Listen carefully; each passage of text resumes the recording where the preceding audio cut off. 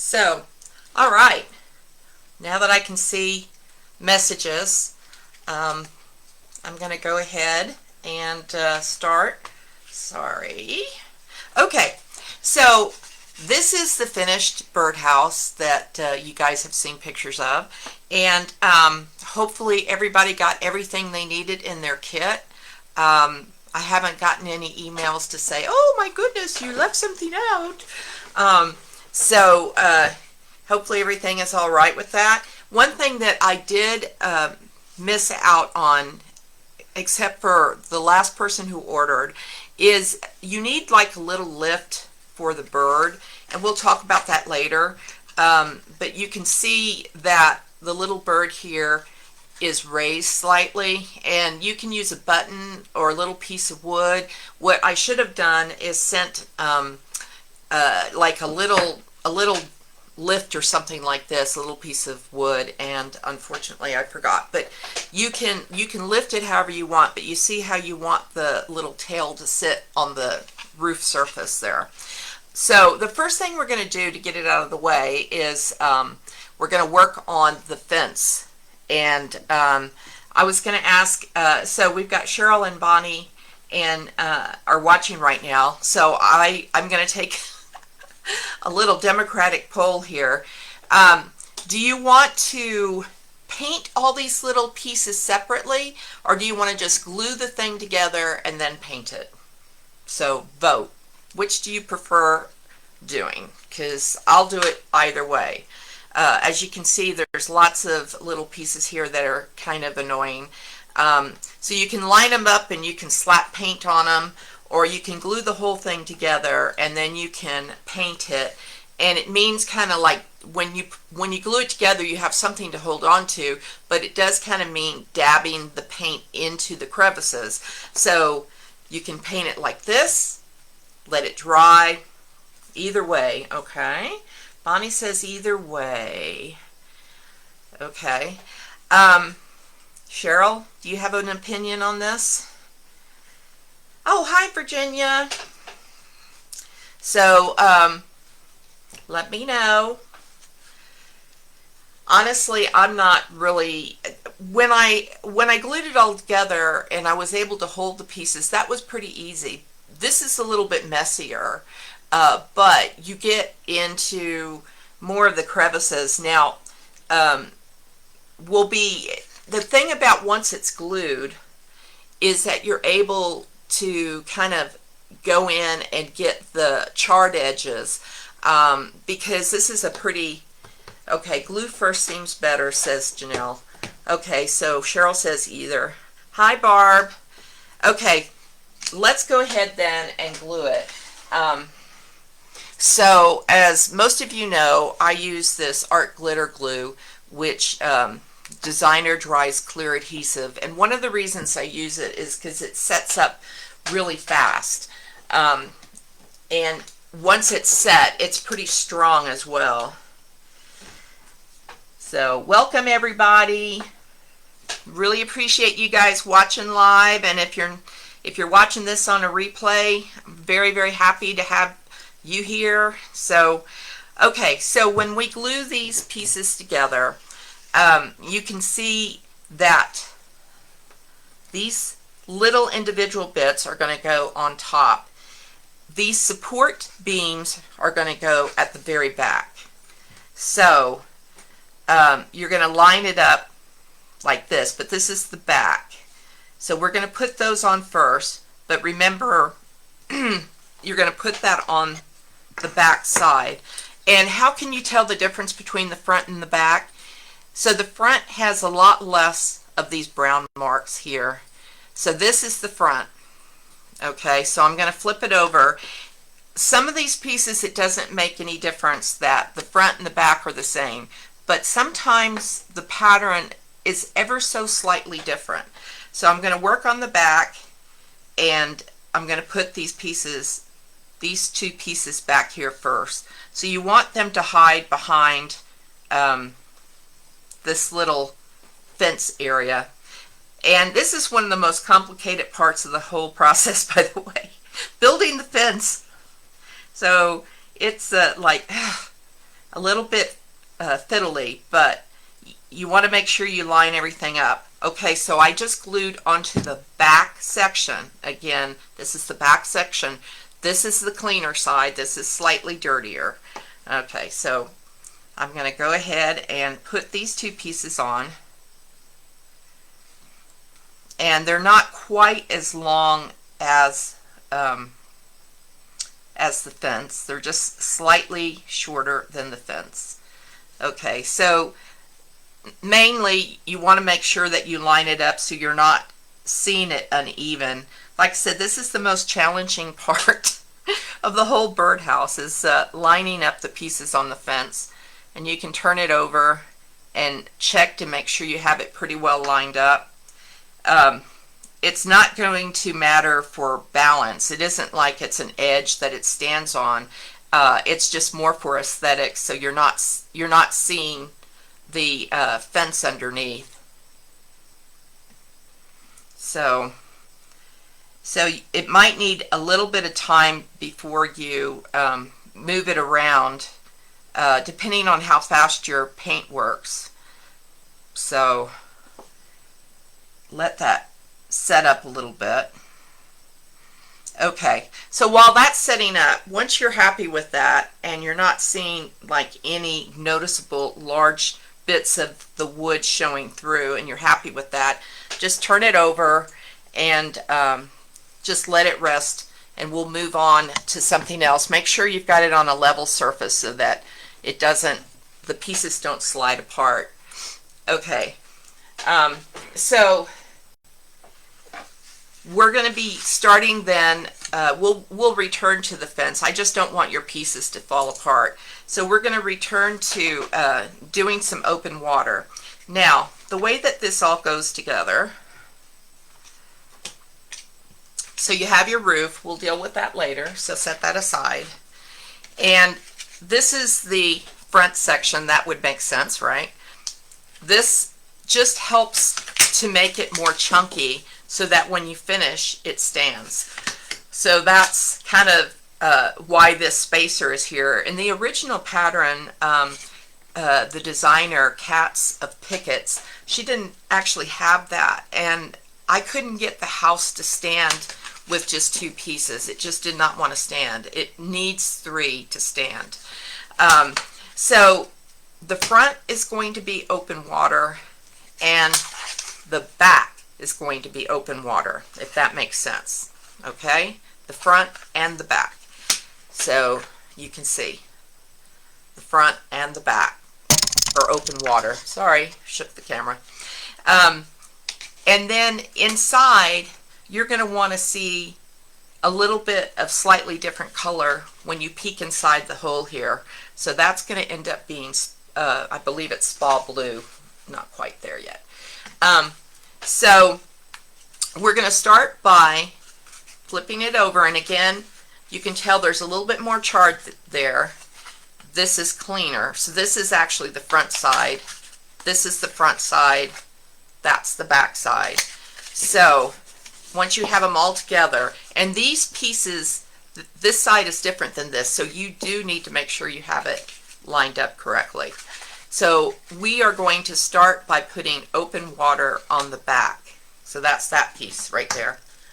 Everybody got that? So we're going to start with that piece doing open water.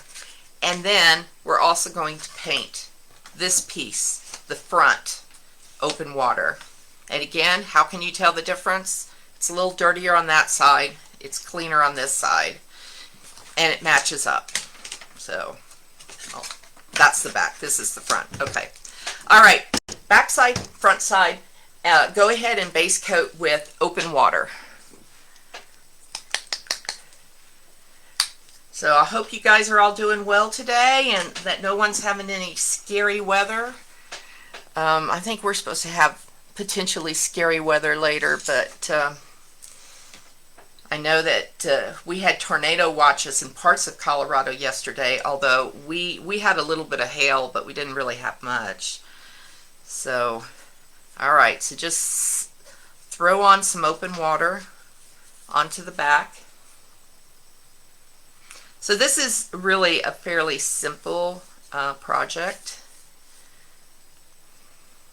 There's not a lot of challenging bits with this. It's actually a very calm and soothing sort of fun piece to put together. And you'll probably need 2 coats, because we are going to do some dry brushing on here too. So we'll be adding in color and shading. So 2 coats should be enough of the open water.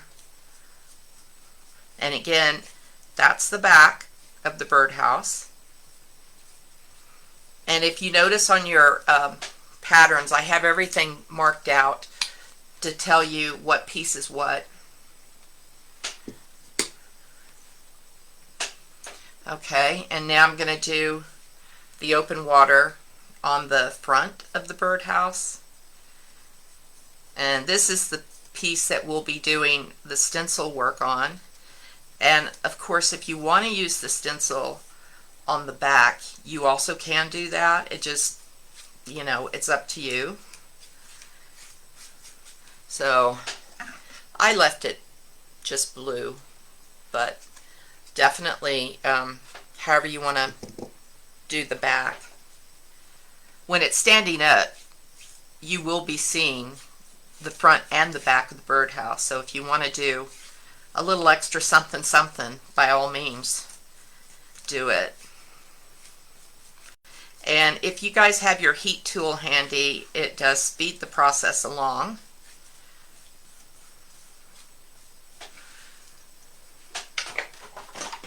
So we're going to be going back and forth from some of the pieces, like we'll return to the fence in just a minute.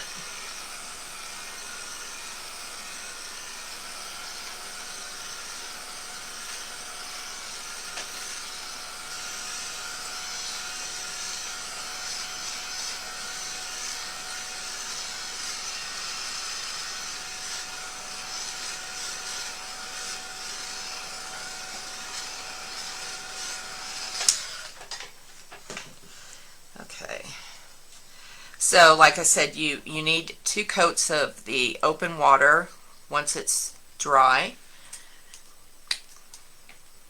And of course, you could have experimented with any other colors. You didn't need to stick to this color combination.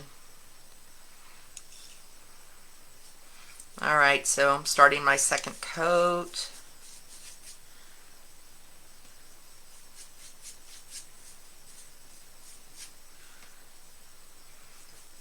If you have any questions, just chime in. There's no silly questions. You can ask anything.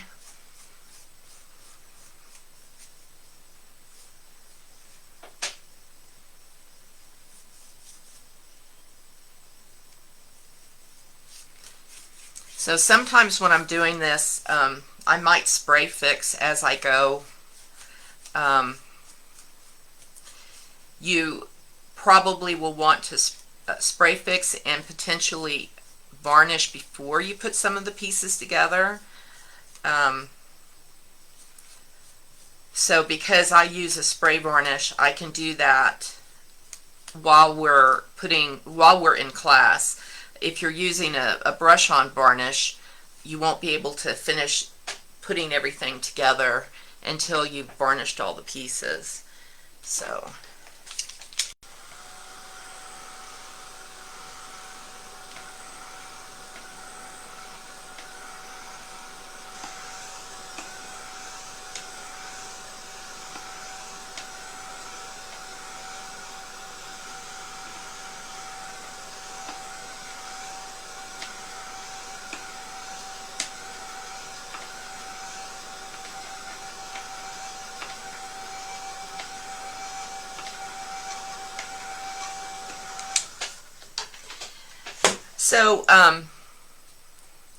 I never paint very clean edges. I always end up with paint. What I usually do, and this is going to be up to you, instead of like painting all this blue, after I put everything together, I usually come back with a permanent black marker and I finish all the edges but that's up to you to decide how you like that to look. I'm just not able to paint without, you know, some of it ending up on the edges. Okay, so if you feel it, and if you feel like you want to sand it down a little bit, you can. You can, like I've got the little gator here. If you feel like you want to sand down the paint, you can.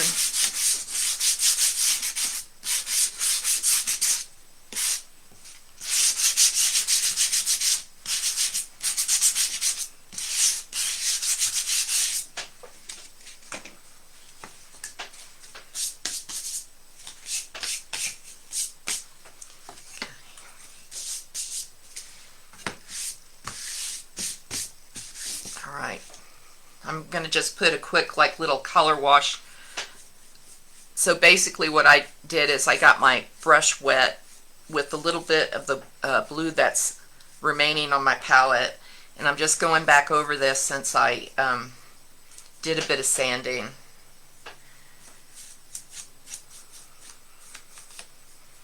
So if you're happy with the finish and you didn't sand it, that's fine too.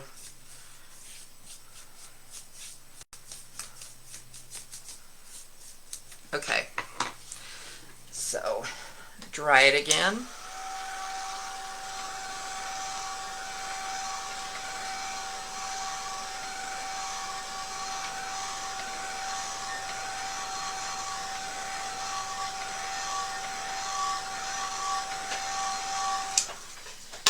Alright, I'm going to just use my final fix. So, I use this as I go on all my projects.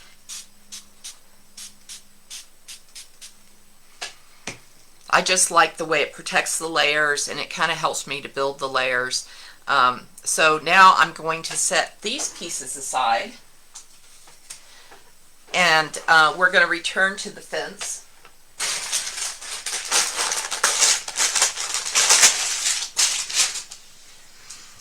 Hopefully you all can hear me okay.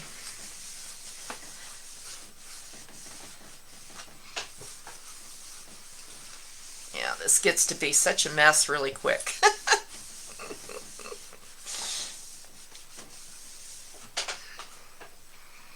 It's sort of like if somebody's coming over to my house, like it is important to kind of keep your surface a bit clean, because some of it will get picked up by your project as you lay it down, but some of it you don't need to clean as you go. Okay, so my fence is dry, and now I'm going to go ahead and put the other bits on, and each one of these pickets should be the same size. There shouldn't be anything that's different about the size of the pickets, but again, you're better off if you do the back, and you know, the back to the I mean, have the front showing, have the front of the pickets showing.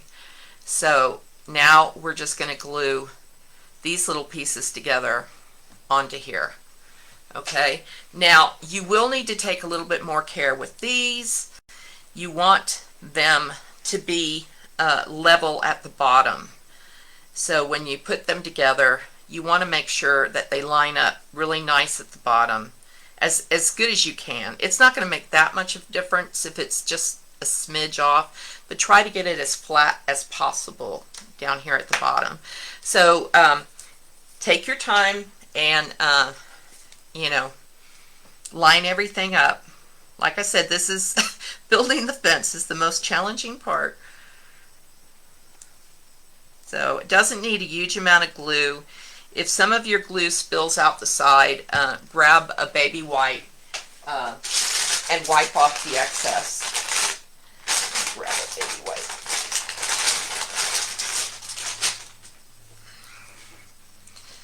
Okay.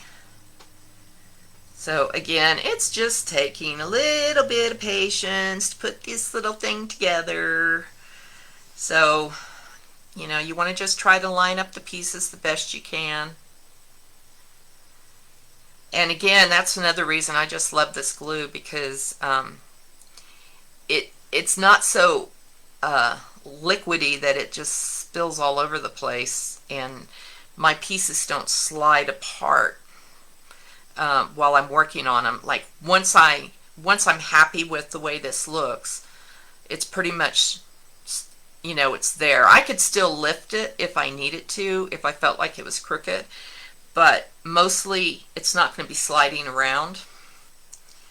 So, and I'm just having to go kind of up the center there. I'm not having to put on a huge amount of glue. So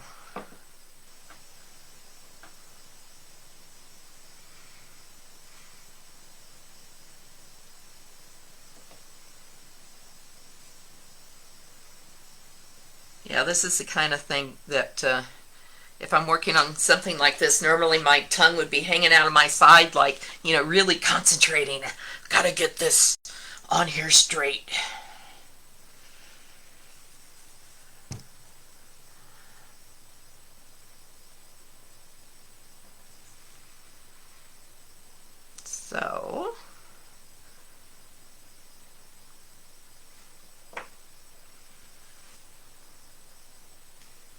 So the fence will help to add to the bulk of the piece that makes it chunky.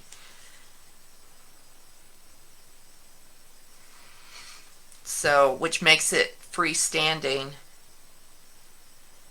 You don't have to put it in a stand or anything. It should stand on its own. And sometimes I'll actually kind of put it like this just to make sure everything feels like it's lining up at the bottom.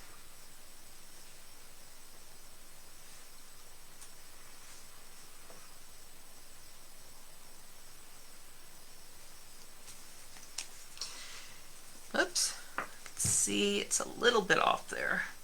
And when you do the fence, it's really difficult not to get white everywhere, because your fence is going to be showing a little bit behind here. If you use a sponge stick, you can just sponge on the top, and this is going to be the trickier bit in here. But I got rid of all the black. I used some of the char of the black here to kind of give a distressed look. But I did actually paint everything white because I felt like a white picket fence should be white. I know some people like the effect of the charred edges, but for me the fence just needed to all be white. So I used a brush, and I basically got all the nooks and crannies covered. So, but if you use a sponge stick like this, you can just kind of tap it on and it will leave the charred edges, but you will have to get into these crevices here with a brush. So it's up to you. If you want the black to show, the charred edges to show, you can use a sponge stick.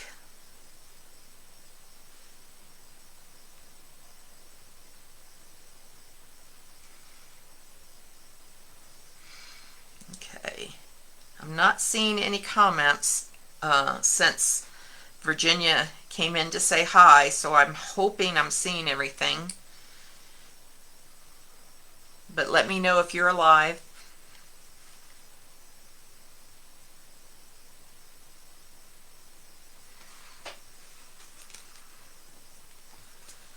Okay. Last one into place.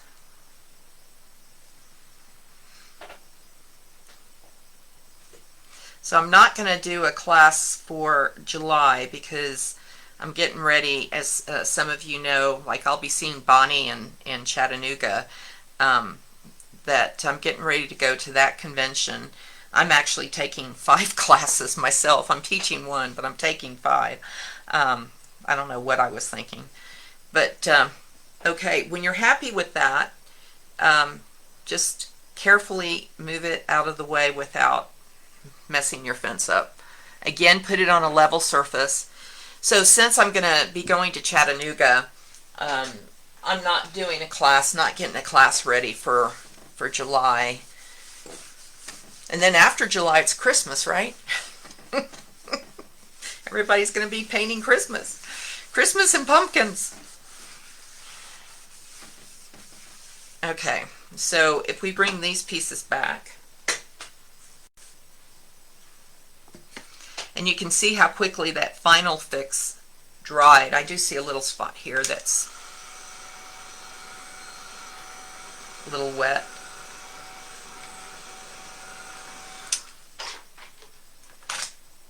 Okay, so we're going to let the fence dry a bit better before we start painting it. And now that we have the base coat down, still a little damp, make sure it's fully dry.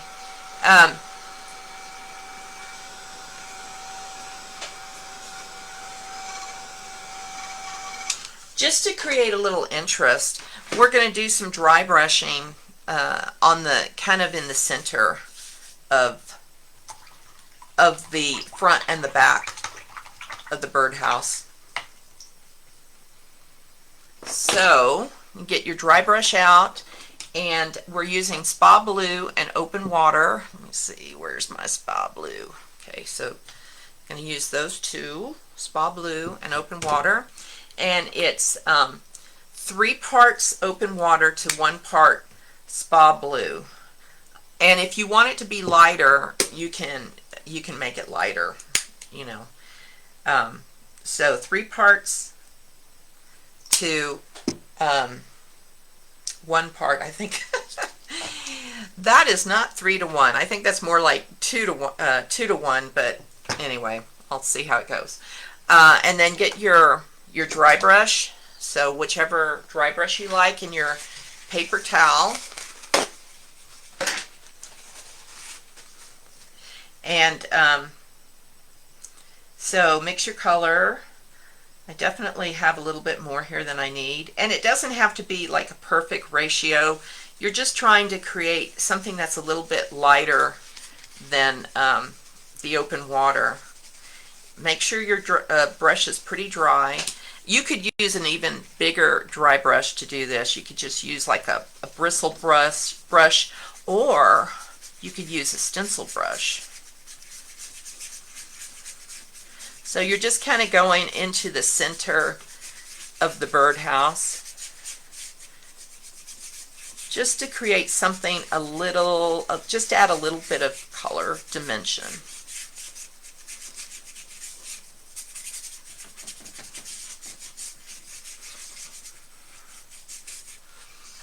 So just a little something something.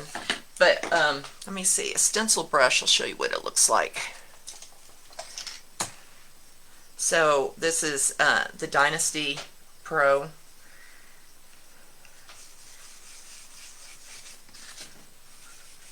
So going on the front now. The thing about the bigger brush, this kind of, the stencil brush kind of creates like a burnishing effect of the colors. And you get a nice, smooth, swirly effect that is just a hint of color in the back.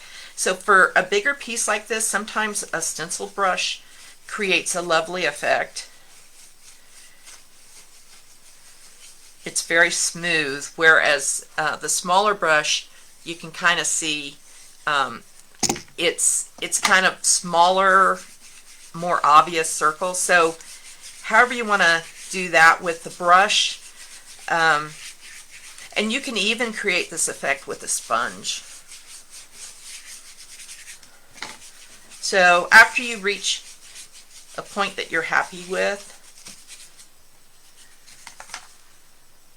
so you can see, just gives it a little something. And of course we're coming back with a stencil on this too, but I'm all about building layers of color.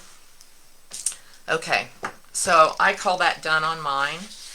And then we're going to go ahead and bring the stencil in. And if you want, you can use this stencil. You just clean it out or use a little bit of hand sanitizer to clean that out. But most of it is dry, so it's not going to transfer with the stencil. Okay, so the stencil I ended up using was a Lori Spelt stencil that I mentioned in the pattern. So it's this one here.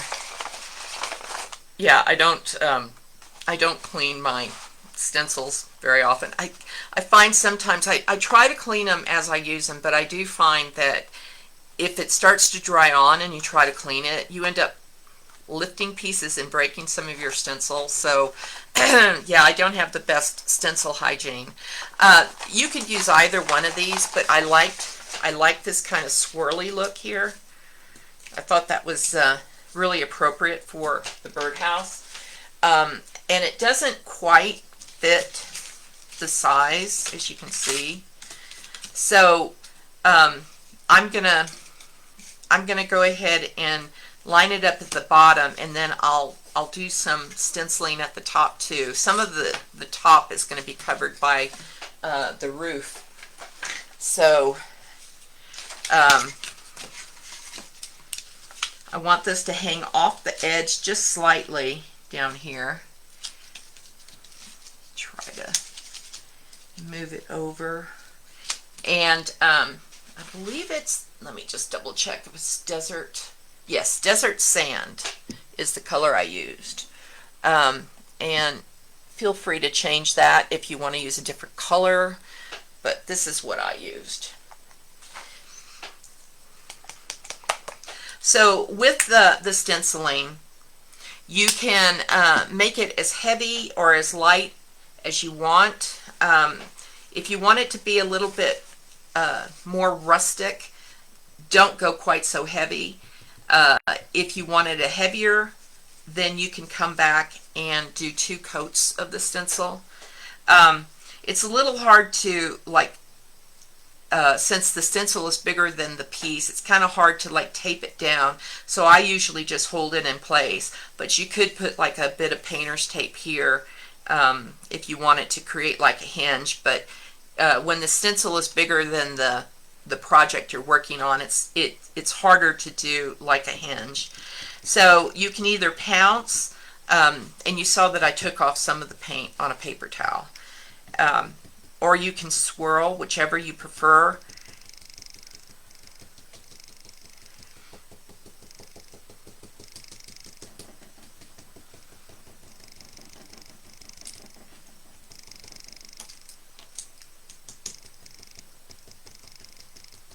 If I'm forgetting to tell you anything and you have a question, just give me a shout.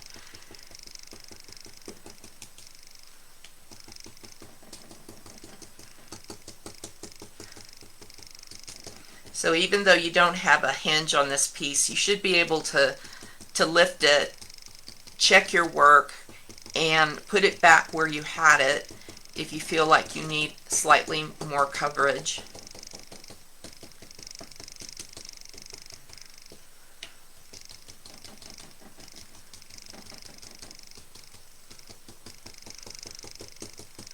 So on the stencil, if you don't have this one, I had suggested just anything that kind of has a vine, flower, swirly, something that would suit a birdhouse. Okay, so you can kind of check to see. Mine's pretty light. I'm going to go back in with a little bit more paint.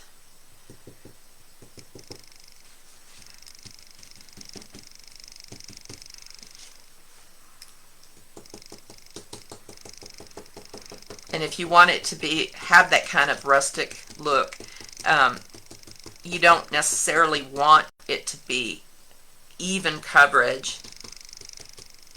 Like some of the vines should have a little bit more paint than others. If you want it to be very solid, then like I said, you can come back in and do it heavier. Let's see what it looks like now.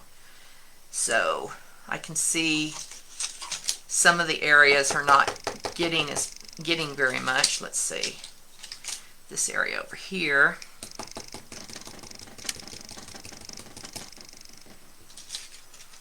Yeah, that's looking better.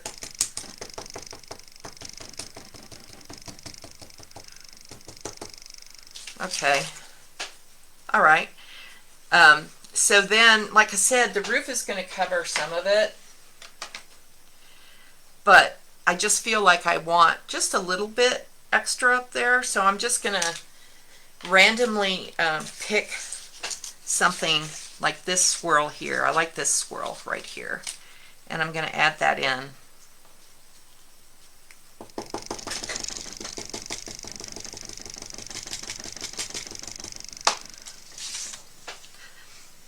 And I attacked that a little heavier, so so that's probably good enough. Hi, Candy.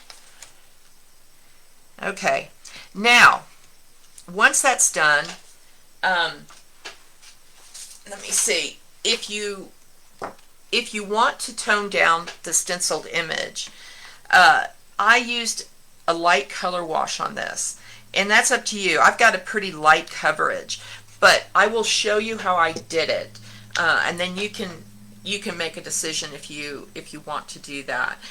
So we're using that 3-to-1 mixture of open water and spa blue again, and I'll show you how I do the color wash, and then you can decide whether you like that look or not. Let me get, I call them my juicy brushes. These are Lynn Andrews floaters, and they're really good for doing color washes. I actually need a bigger one. You can use any kind of flat brush or whatever that holds a lot of moisture. So I've already got some of that mixture that I used for dry brushing. It just needs a little bit more open water in it. So I'm going to take it and I'm going to turn it into an inky wash with some water. And you could use, on that, you could use something like Jo Sonja's fast drying glaze instead of water if you want it to. So you want it to be pretty milky.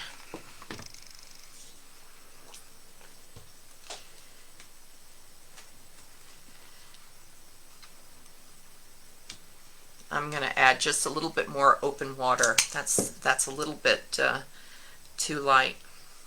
A little bit more water. I'm not very exact about this. Okay, so before I do that, I need to get a paper towel ready, because there's two ways when you do a color wash.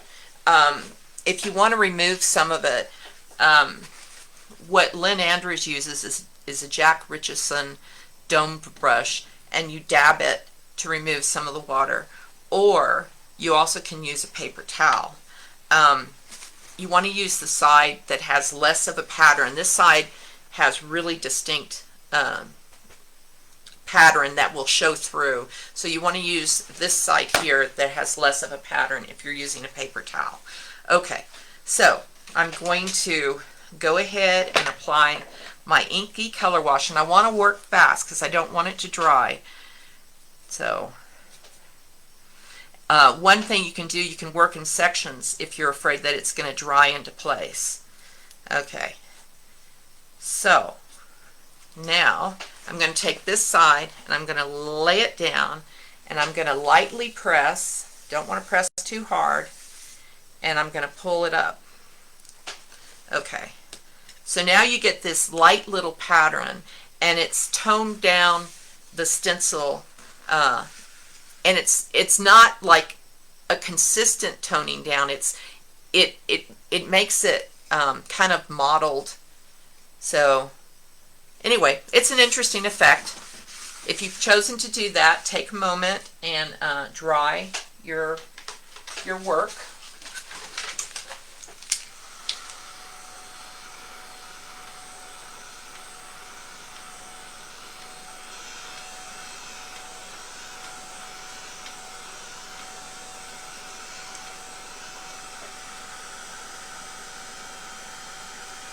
So if you have any questions or if I'm going too fast, I usually don't go too fast. As I've said to other people in other classes, I can slow down, but I can't go faster. So if I'm going too slow for you, I'm sorry. Okay, so it just creates a little bit more toned down, slightly sophisticated. So the stencil isn't like bang in your face, but it's, you know, it's whatever kind of look you prefer.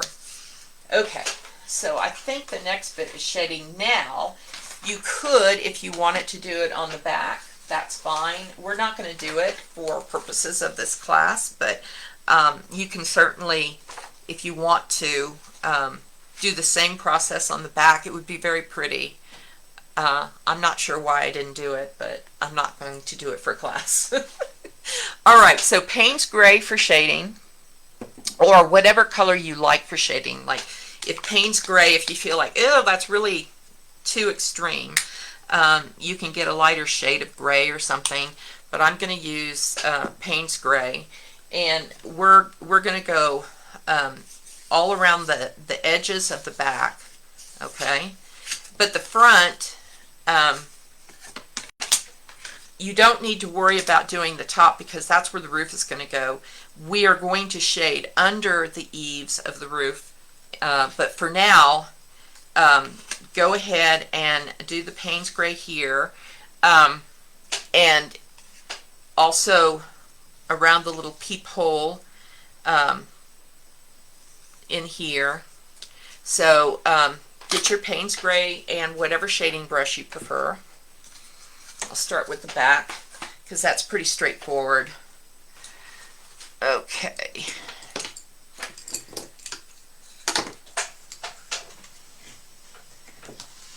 Oh, I have mislaid something. Hold on 1 second, folks. Okay. And I'm sure all of you are familiar with shading. I'm using an angled brush. You can use a flat brush, angled brush, however you want to shade.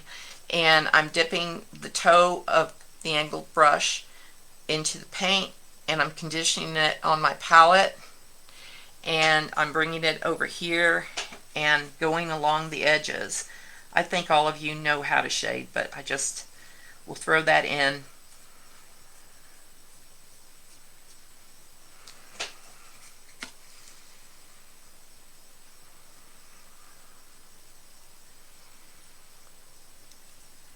So I use a sponge to take off the excess.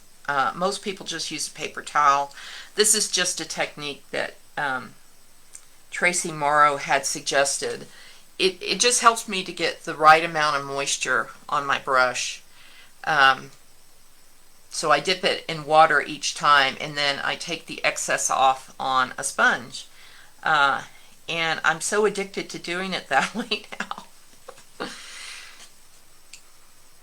But however you like to float, go for it.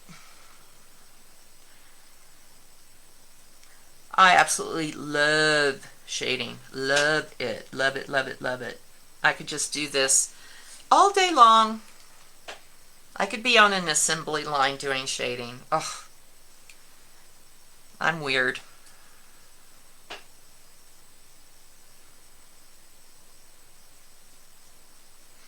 I love shading and dry brushing. So all the projects I do have tons of shading and dry brushing. So you can see it is kind of a much darker kind of view. It is a bit extreme from what we did. So like I said, if you think Payne's Gray is a little too intense, you could knock it down and do some kind of bluish gray that isn't quite so deep, but I like it. So alright, so that's that done.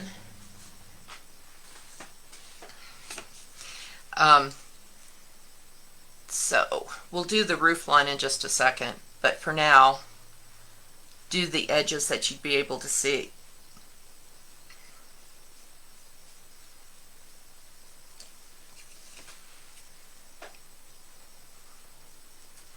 And usually it's better to do the shading after you've done the dry brushing and the stencil work, because you want to send those elements to the back. So you would shade after you do dry brushing and color washes and stenciling.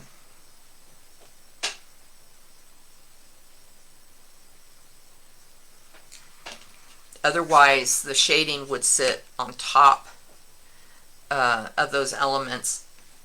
I'm sorry. If you didn't shade last, the elements would sit on top of the shading, and that would look wrong. So, okay, so you can take some of the shading, if you want, down the trim. And we could shade after we put these pieces together, or when you shade now, because this is going to go on top, just kind of do a wider shade. So come out a little bit from the window and the peepholes, because you're going to have a piece that's over the top of it. So have a generous shade around those areas. Come out a little bit further than you normally would. And if it isn't showing after you put those pieces on, you can always shade a little bit more later.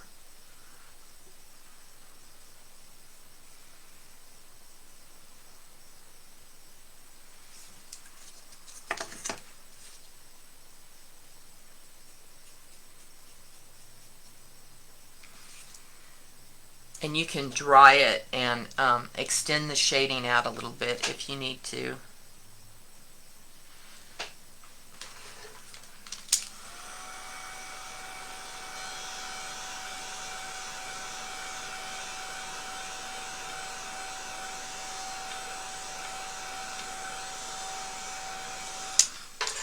So any area that you want to reinforce, like I feel like I need a little bit more shading down here, although some of it is going to be covered up by the fence.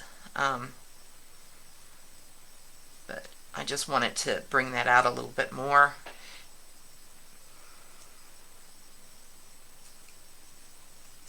And I want a little bit more coming out this way.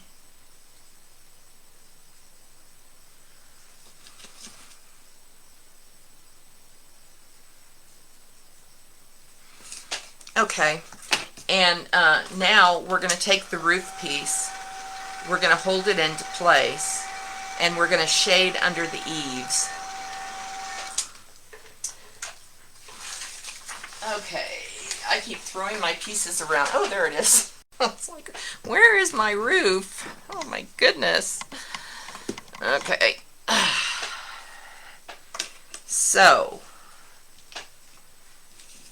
So what I do is, you don't just want a line right at the roof. So I usually raise the roof just a hair like that. So it's just a little bit, whoops, there you go guys. It's a little bit up. And I'm going to shade under the eaves. So I just kind of hold it in place, and I give myself a line here. This is just kind of like a marker line. It doesn't have to be perfect, because we're going to lift the roof, and then you'll be able to see where you need to add more.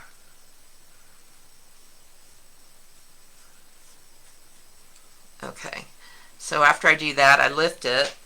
Now I have kind of a line to work with, and so we know we can come lower than that line.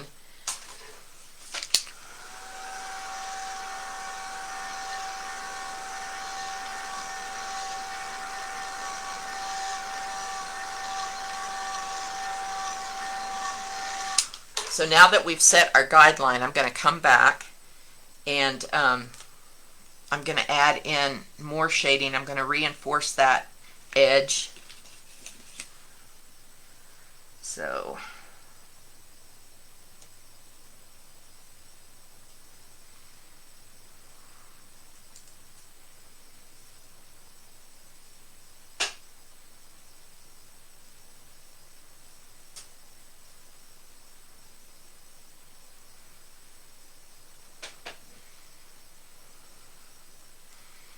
So you really want to kind of make that a bit thicker.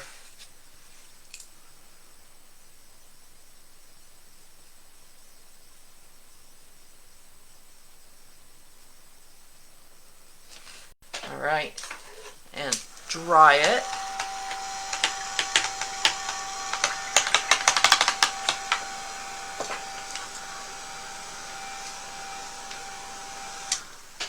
And check to see if you've got enough shading showing through. See if you're happy with the amount of shading. I probably could use a little bit more there, but I'm not unhappy with it. Yeah, I think I'm okay. Okay, so once you think you like what you're seeing, then we'll move on. Okay, I say so and okay all the time. My apologies. I need to go to elocution, I can't even pronounce that word, lessons. Okay, let us revisit our fence. So, see what I said? So, I can't stop myself.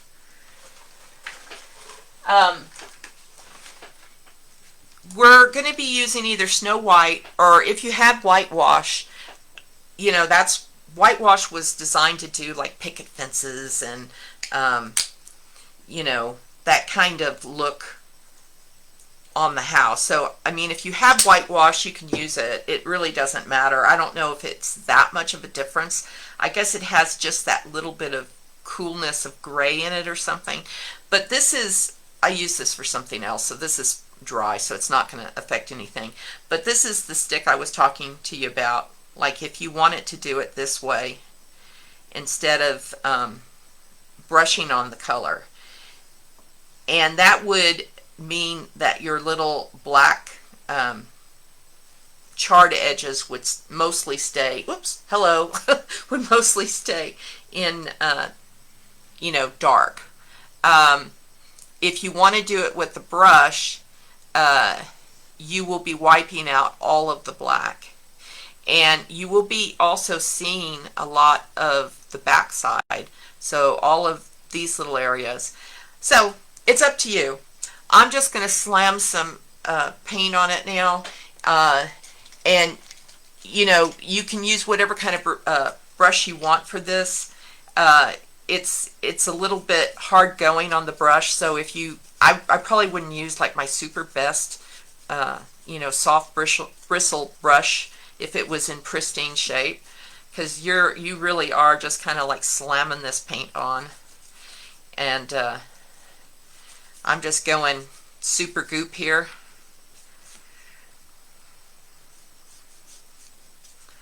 I'm going to try to get it into all the little crevices. I want everything to be white. If you're using a sponge applicator like that, a stick sponge, you'll be through way before we're done.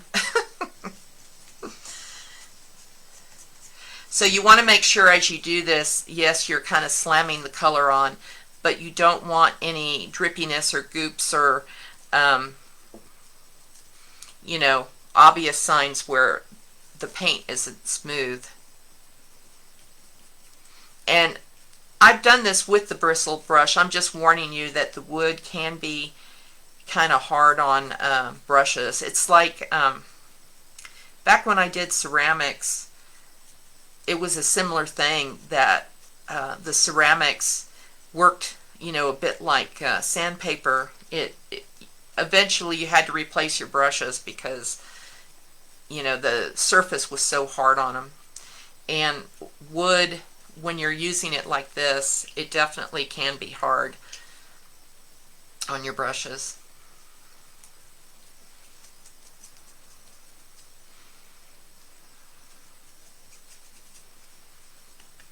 But in the end, like if you come back with the final coat on the front, you want it to be smoother.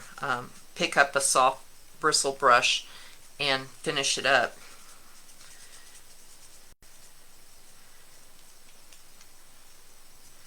And you can take a moment in between layers and dry so that you're able to hold the piece, and you want to make sure the paint is fully dry before you put on another layer as well. Okay, I'm just going to dry my process here.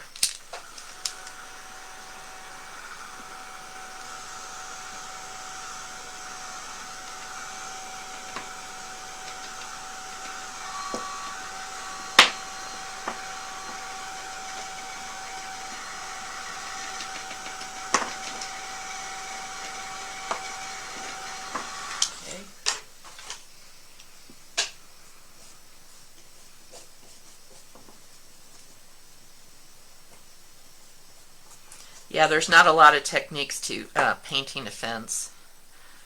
So, it's just a thing you got to do. So is it Huckleberry Finn or something? I can't remember who it was that was painting a fence, and Tom Sawyer, and I don't know. It's on the edge of my memory. All those things I learned in elementary school, my goodness, that was a long time ago.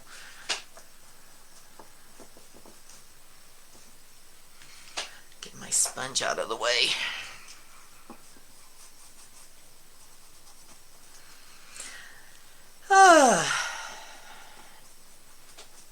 Yeah, painting a fence. At least we're not outside in 100-degree weather in the summer painting a fence. So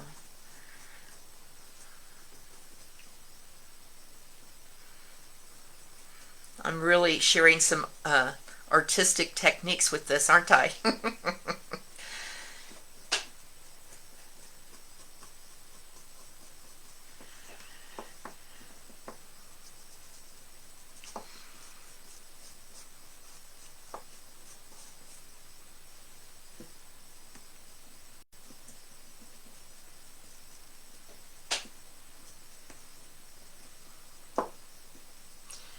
Yeah, so as I was saying, I'm going to be going to Chattanooga, and but before that, my husband and I are celebrating our incredibly 38th anniversary. I don't even know how that happened. So we're going a whole week earlier. We're going to go into North Carolina and up to West Virginia. He has a cousin in West Virginia we're going to go see. And then eventually I'll end up at Chattanooga. So turn it over, make sure you got all the bits.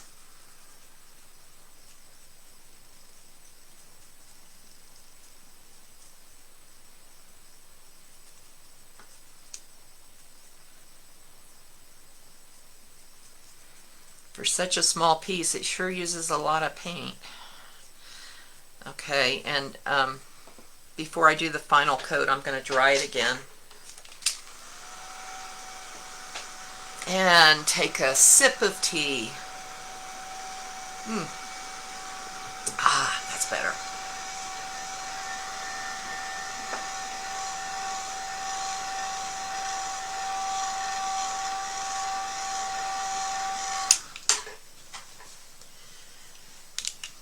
So some of this on the back isn't going to show, of course, but I'm just getting all the bits and pieces.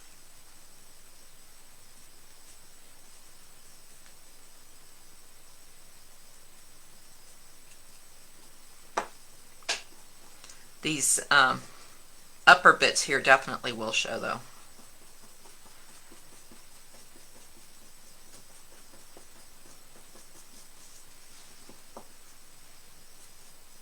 And the sides.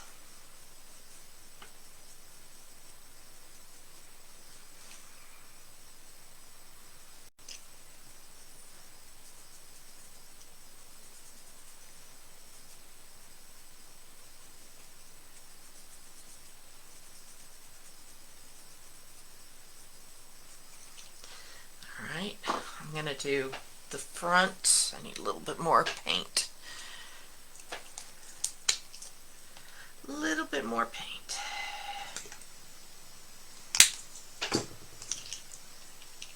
Like I said, if you wanted to come back with a softer brush here, you could, because this one's like the one I'm using here is a little scratchy, but I'm just gonna continue on.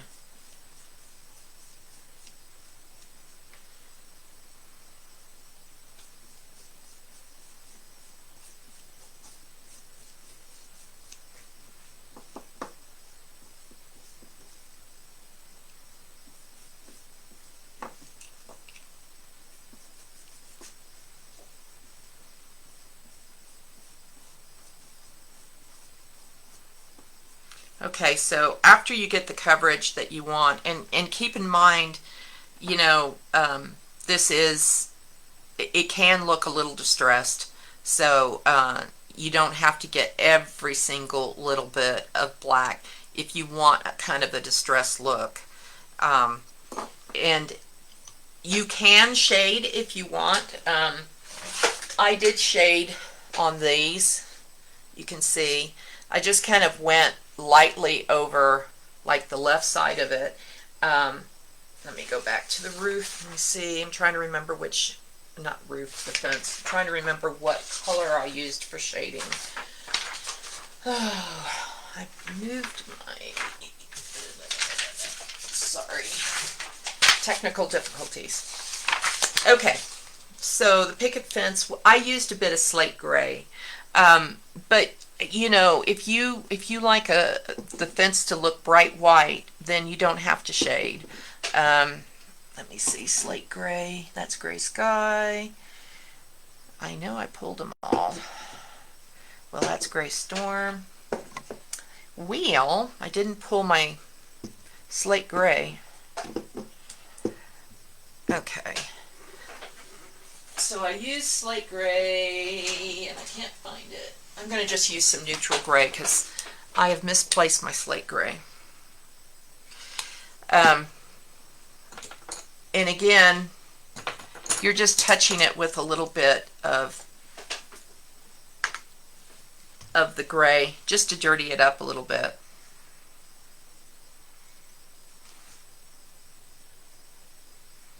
And there's no rhyme or, you know, you're just lightly touching it. It doesn't need to be perfect or heavy or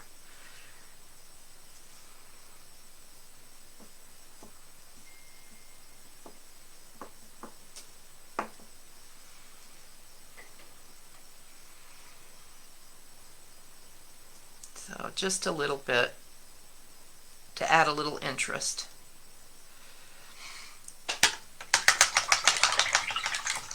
So if you want, you can even use a bit of sandpaper if you want them to be a little bit more distressed.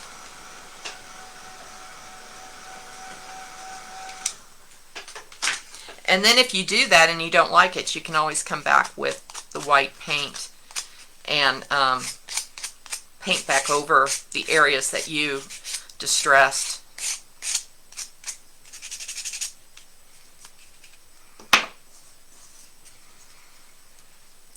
So that's the fence done. All right, you can set that aside.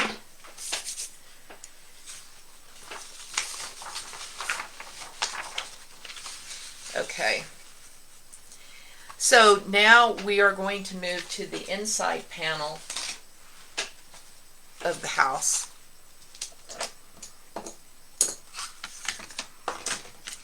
So when I say inside panel, whoops, turn that around. So that was the back, that's the stenciled front, and that's the inside panel. So basically it's what you're seeing through the peephole and the window. And so this little area, you don't need to paint the whole panel, of course. You're just wanting to paint the areas that you can see through. There's going to be your little perch here. So the inside panel is just going to be straight spa blue. So you just need to put 2 coats of that right here. So spa blue. I'm going to get rid of this.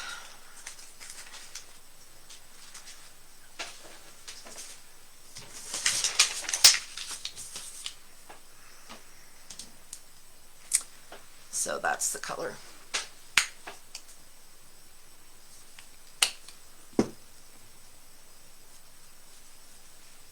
just kind of remind yourself where you're working.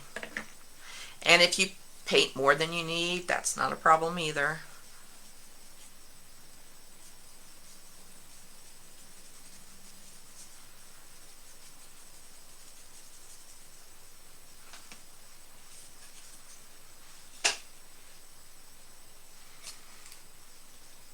I think that mostly has covered the area that I need to work in.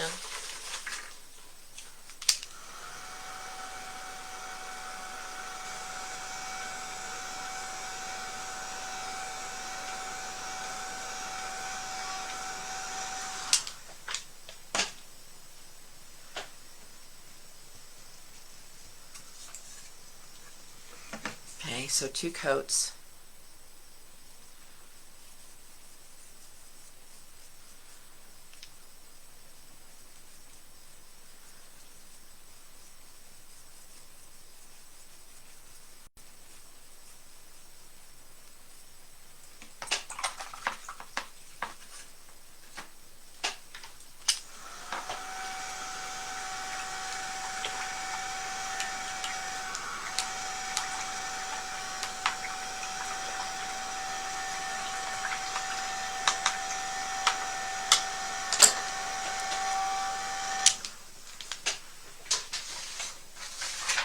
Okay, so then when you can just check it to make sure you have the areas covered.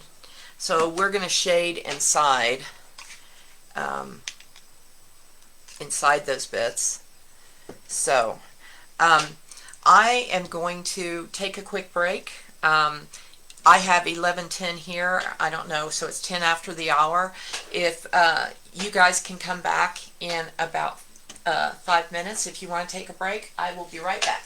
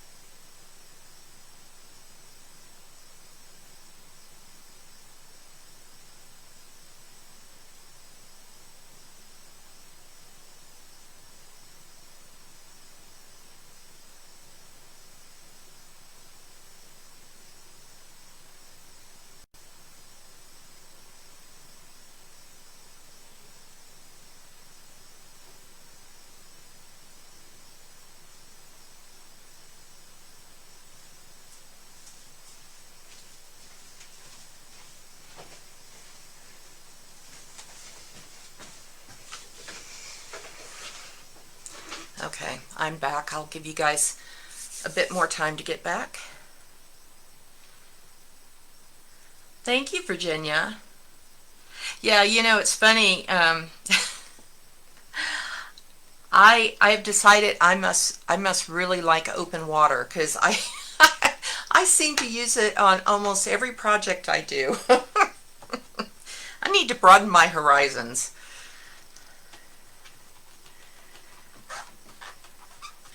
So yeah, I really do like the open water. I know that some people on this birdhouse, they've used on the front, they've used a pattern paper. If you wanted to use decorative paper instead of painting it, you could do that. So it's just, if you're doing a class, you have to give everybody the same pattern paper, and that's sometimes tricky to do. So painting, doing a painting effect works better for a class, but I know you could really whip up a bunch of these really fast if you were doing them for craft shows. either by painting or using pattern paper.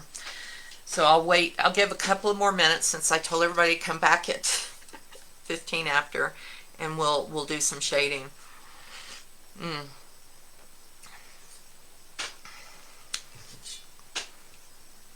See, I didn't plan it this way, but my nails are the same color as the project. My nails that are now covered in paint. I may be old, but I like my glittery nail polish.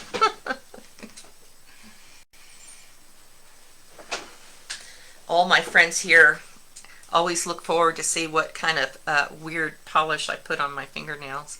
So I do nail art as well as art. But yeah, so the next step we're going to do now, when we do this, it might be easier to have a slightly smaller angled brush for shading. This is a 3/8. And you could even go smaller. Let me see.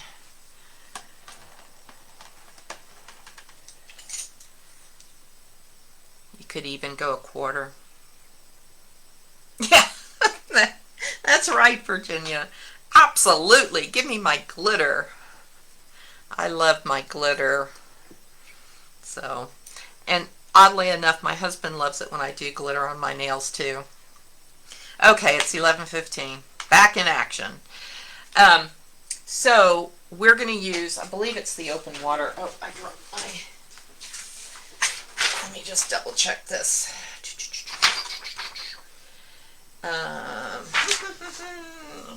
Inside the panel of the house we did spa blue, and then we're going to shade the window and the peephole with slate gray or gray sky or whatever color gray you have.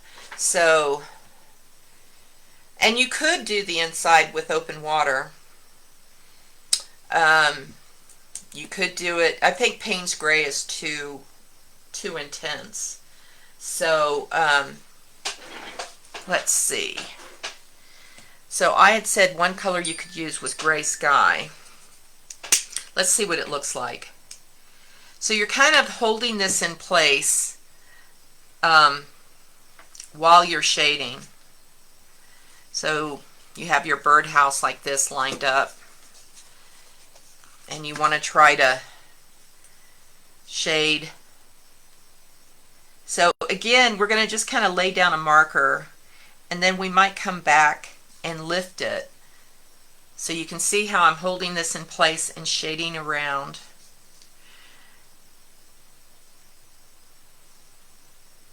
And if you want it to be a slightly darker gray, because that one is very light. I'm all about having people choose their own look and their own color.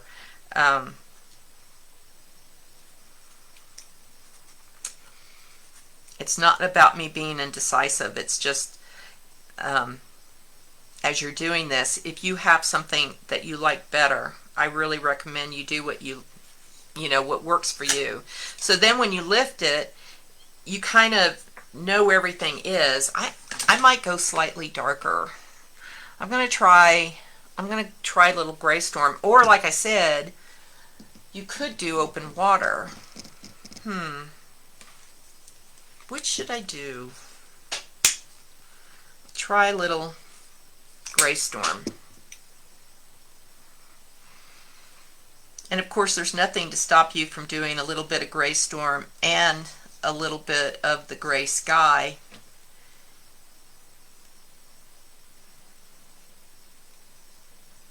So I'm reinforcing that shade. And it doesn't matter that I'm pulling over where the trim is. That's not going to matter because the trim's going to hide that. But I'm using my guideline here to tell me where to shade.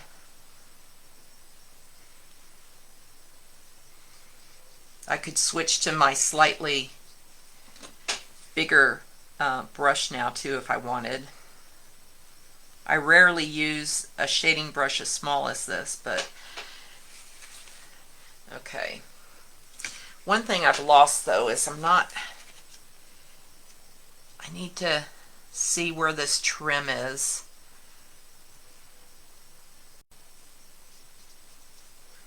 So just go kind of lay down a marker.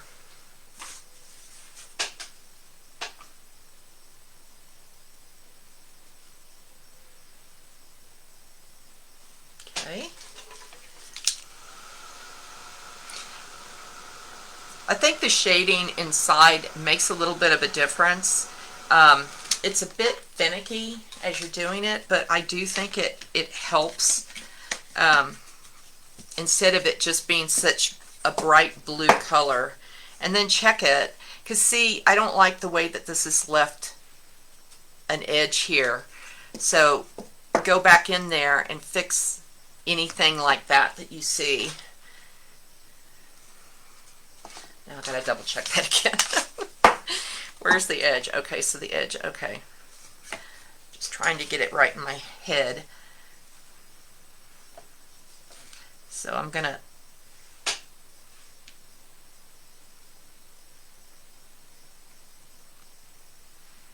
so all this is covered, so it doesn't matter that my brush work is questionable, because you can't actually see that when you've got it covered up.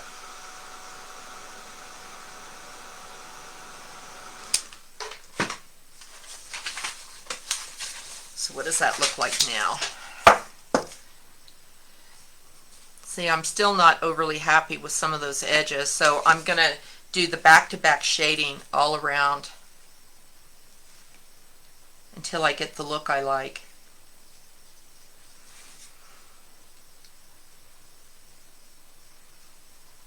So this shading, I ended up mixing the gray sky and the gray storm to get the right kind of blue that I liked.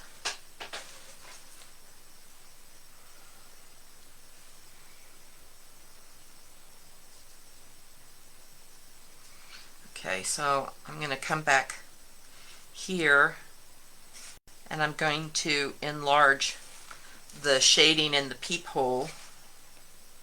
And again, because you're covering so much of this up, your brush work does not have to be pretty.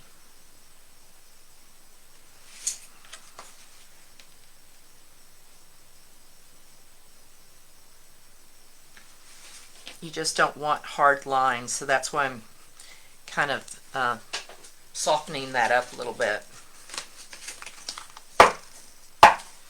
Okay, so this isn't coming out quite as far as I would like. So I'm just gonna add in some there. Okay, so after you do that, if you don't like the way it looks, you can always come back in with Spa Blue and dry brush, or if you want to like soften the look.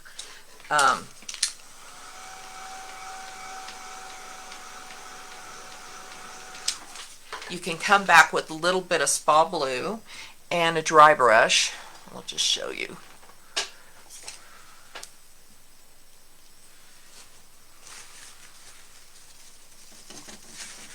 So like you could come back and just slightly soften any of those edges.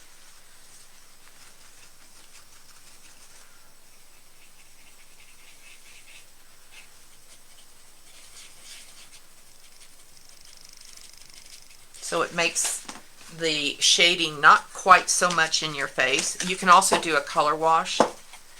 So once you're happy with the way that looks, so it's just kind of a subtle, you know, something going on there. So I call that done on mine. I keep dropping my instruction pages on the floor. Let me see. Okay. All right, so that's done.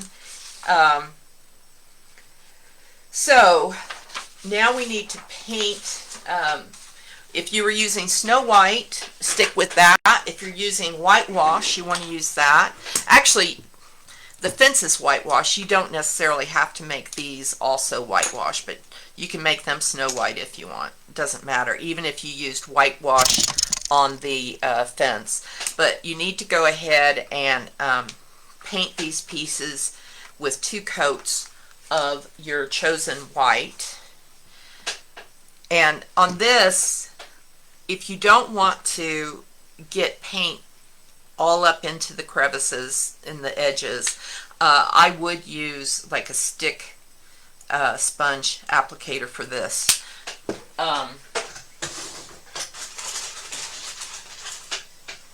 So I just get these on Amazon.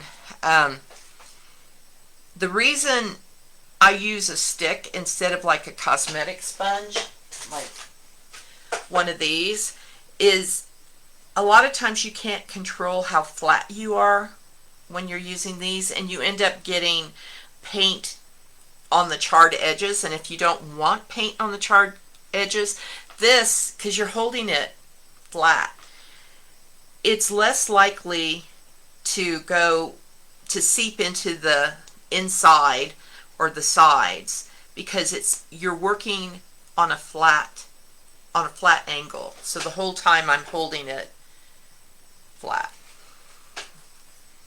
like so.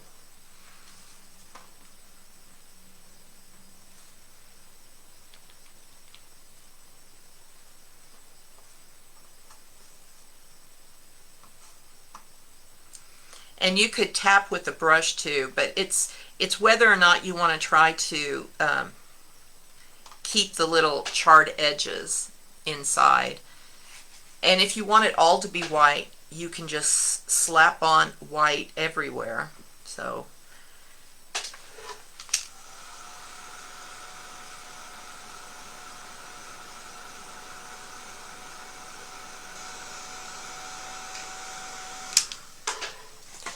you can see on this one, I did actually paint all the sides and insides white, but I'm not doing it with this.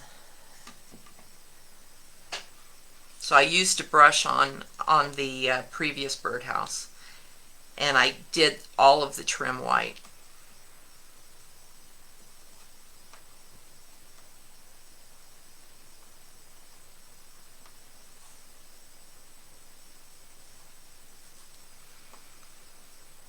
I know when you're doing these small pieces that some folks will use painter's tape, and they'll tape down the pieces so they don't move around. I usually don't do that. So it just needs 2 coats. You can do more if you want.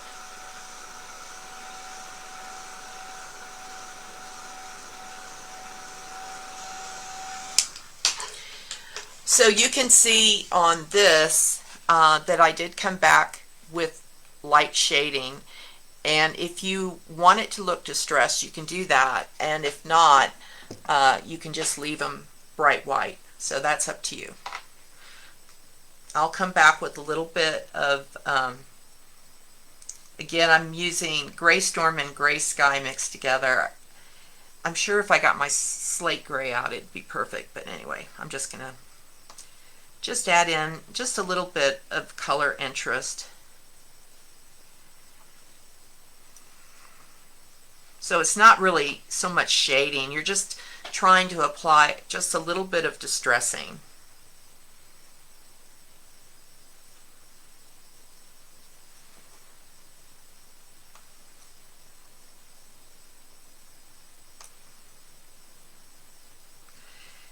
And if that's too dirty for you, you can come back and dry brush or color wash a little bit of white on top of that if that's like, oh, that's just too gray. So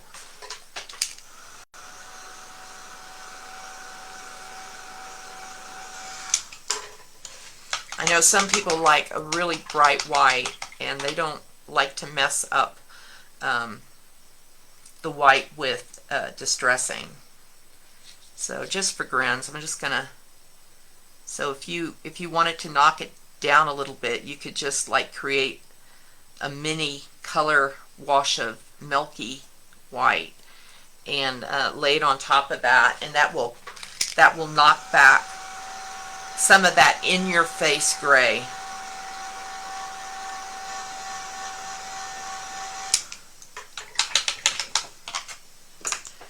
So there you go.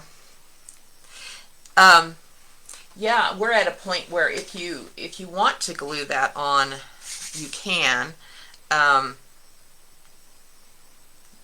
So we can go ahead and glue that on. If you want to put the pieces together later too, you can do that so that you can spray fix and then varnish your pieces. So I am going to take a moment and fix these pieces. So I'm using my final fix.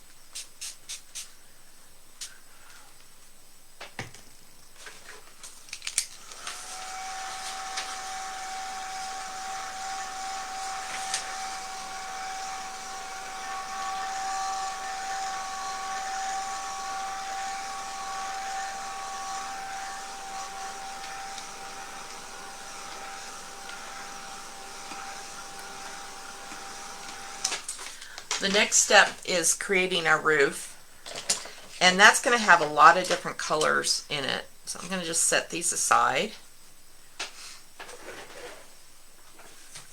Grab your roof piece.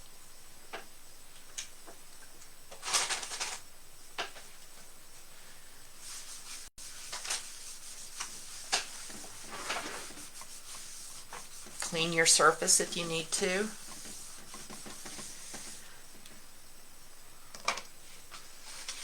So the roof can be done with a variety of different browns and grays, whatever you have available. So the primary color that I used as the base coat is cocoa. So go ahead and put 2 coats of cocoa on the roof.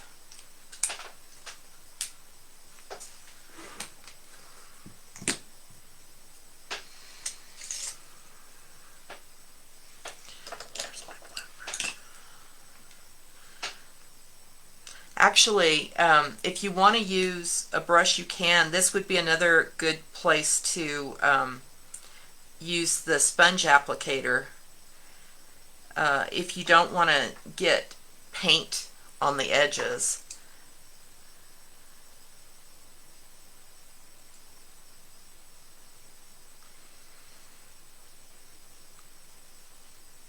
So I'm going to do the first coat lightly with this brush, and then I'm going to switch to the stick sponge applicator.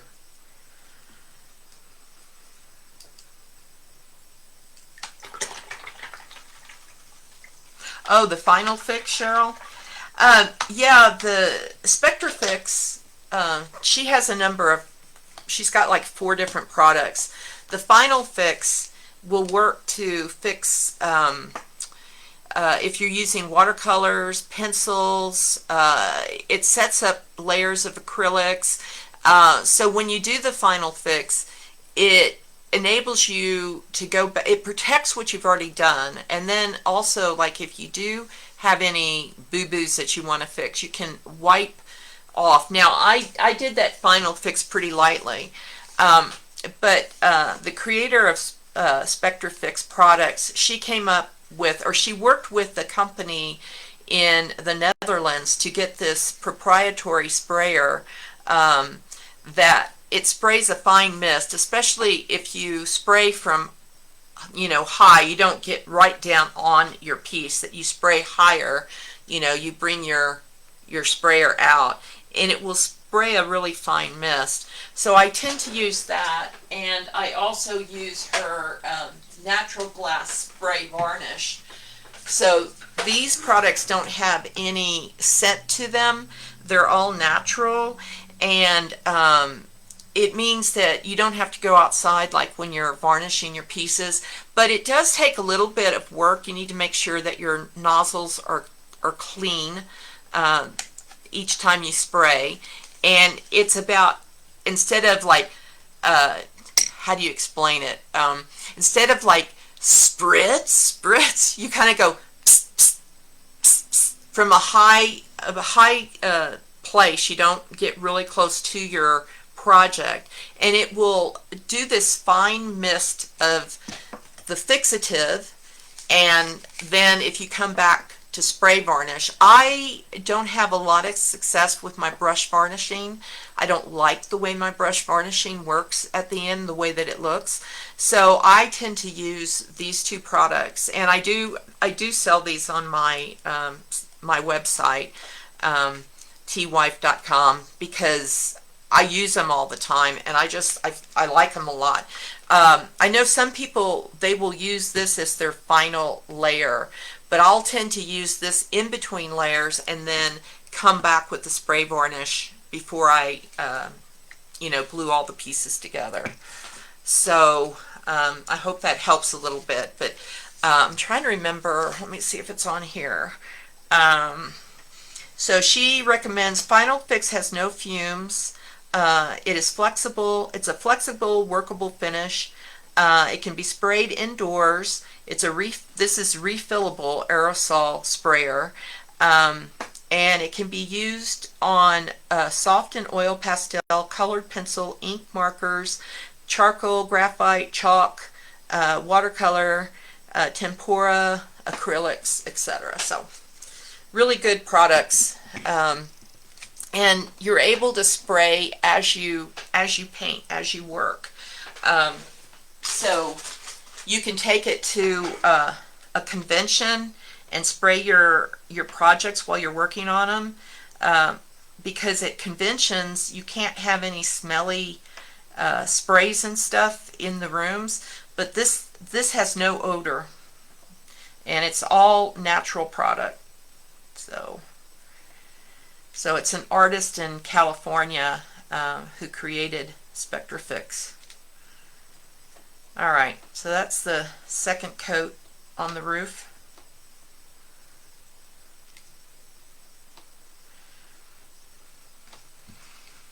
So dry that.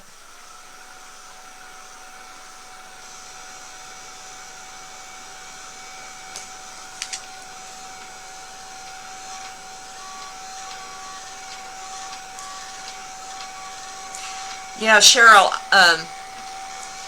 like you, I do Erica Joanne's projects, and because she's using pencils all the time, she uses Josania's glaze to seal her products. So this is what Erica Joanne uses, and she'll have you, lightly apply it. So instead of doing that, I just spray this, and that way I don't disrupt the pencil work, because I'm just lightly spritzing that on, and it creates a seal and a layer on my pencil work. So after you've got 2 coats of that, make sure it's well and truly dry.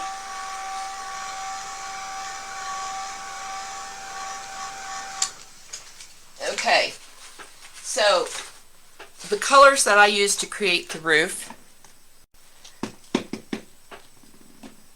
are dark chocolate and, let me see, dark chocolate, desert sand, fawn, we did cocoa,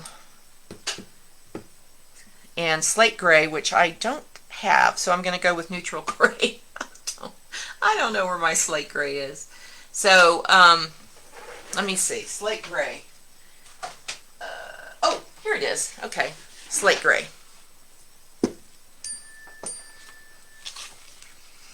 Okay. So, now we're going to create streaks across the roof in a horizontal direction. So you need a bristly brush.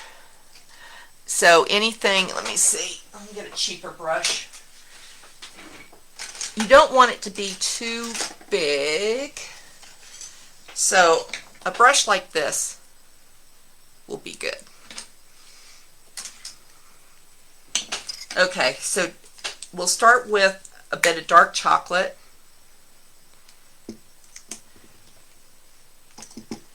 And you can change up the colors however you want. So I'm just putting a little bit of the paint into the tip. If you want to tap it off onto a paper towel, you can, but you don't really need to. And it's just kind of flicking it across.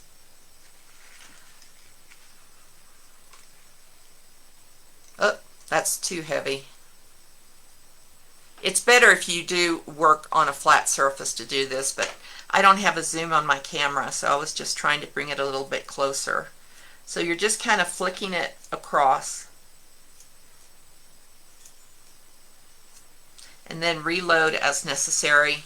Dab on a paper towel. That was too wet. And it doesn't matter because as you add more color, some of the areas that are heavier will be covered by other colors. Okay, so that's my first application, and that's dark chocolate. Take a moment and dry.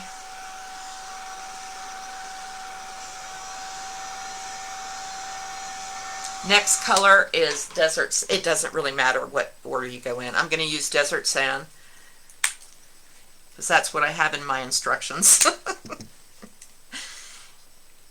And Kathy in the past must have known what she was talking about. So, all right, just dab it a little bit, come back, keep it horizontal. You're going across horizontal.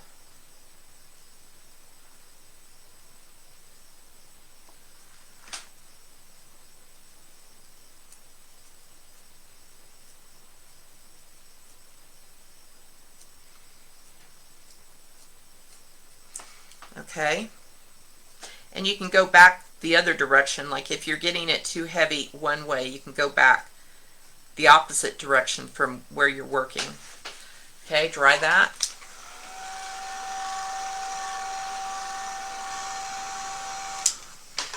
And fawn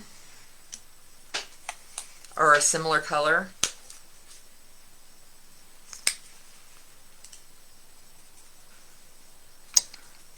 You notice that I'm not changing out my brush, I'm just sticking with the same brush.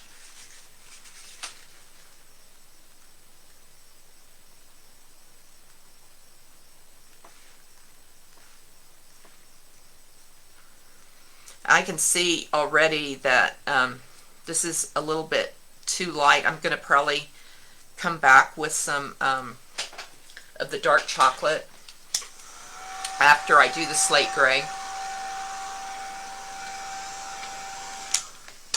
Okay, so next color, slate gray. Or neutral gray, or whatever color you want.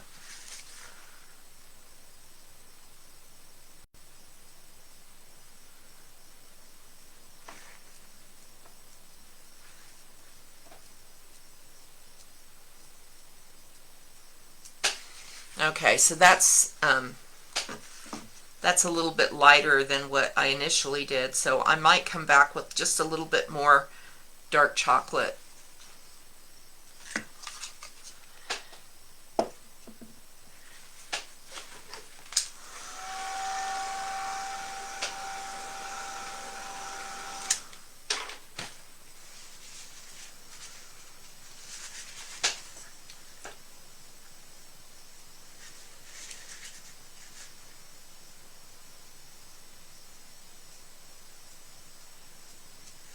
So just here and there, wherever you feel like it could use just a little bit more.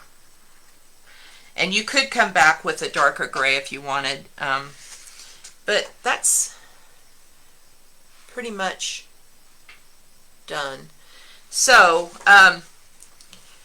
if you want, you can shade. That's up to you. I'm going to go ahead and bring a shade in, I think. I guess. I'm trying to decide. So maybe a shade down this side of dark chocolate.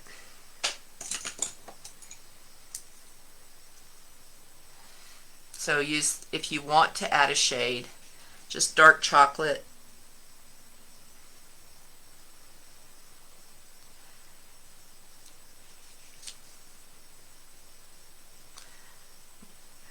never shade with a brush this small.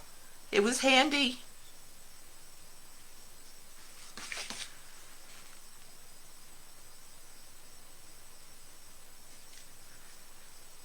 Yeah, the shade just kind of helps to tie it together a little bit.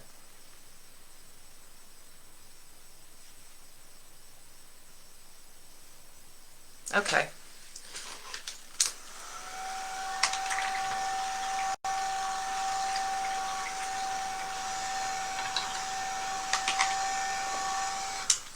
I'm going to spritz that with my final fix. And I'm going to set it aside. I use a silicone mat. I know a number of people do, and it just helps a lot for cleaning up. So I just wipe that and, you know, I'm ready to go.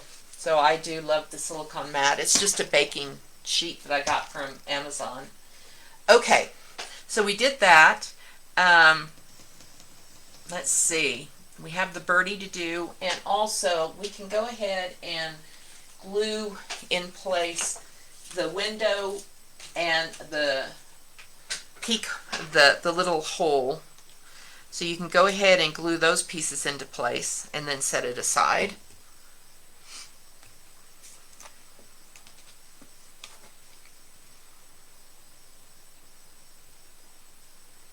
And again, if you are brush varnishing, I don't know if these pieces would be in your way. So if you're going to brush varnish, you know, you can wait and do that later. But I'm going to do all of it so that I can show you how to put everything together.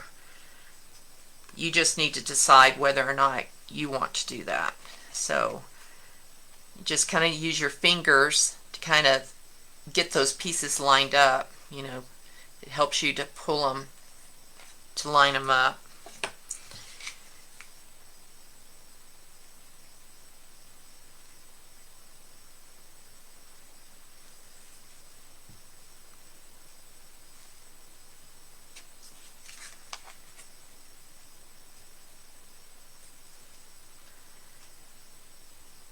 Okay.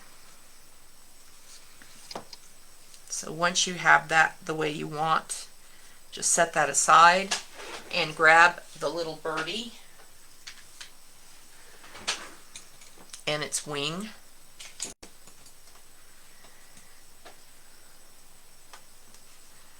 Oops.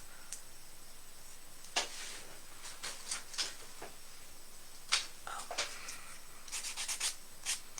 I had a rough edge there. Okay. So we're going to do some dry brushing on this guy. But first you need to go ahead and paint the guy in fawn, the little birdie. Paint it in fawn, two coats of fawn, and that is this color. So I already had that on my palette. Actually, double check. Fawn. That's this color.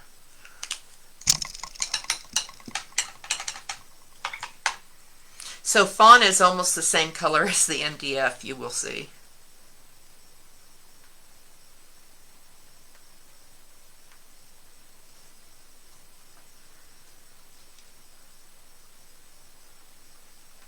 And it doesn't matter if you wipe out the engraved etched lines, that won't make any difference.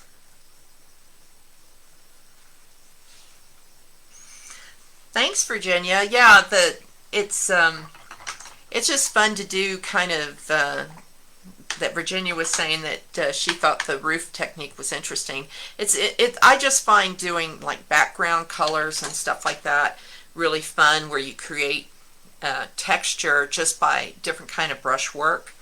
So so it's a technique you can use on other projects. So anytime you're like doing a a building or shed or whatever, you can come back and do a technique like that to make it make a kind of a wood-like appearance. But it's something that works well like a background piece. If you're doing artwork and you wanted it to kind of look country farm, you can use that technique on your background. You could go in vertical lines instead of horizontal lines.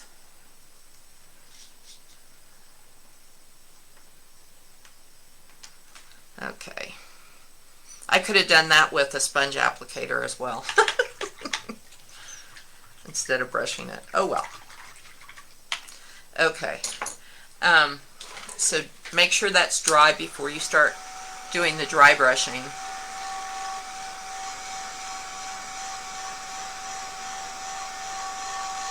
So grab your warm sunset and your dry brush and your paper towel.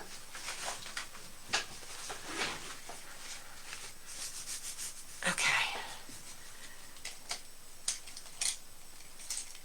So I'm going to use a Jo Sonja 8. That's about the right size.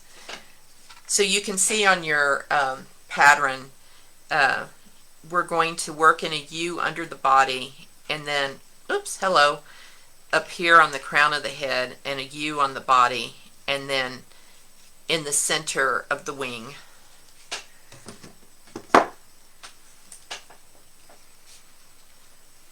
So a bit of warm sunset in the bristle of the brush, I mean in the end of the brush. Get it pretty dry, and we're going to kind of go in a U shape here. So we're adding in a number of colors, so this will only be one of the colors, so we're going to be building the color.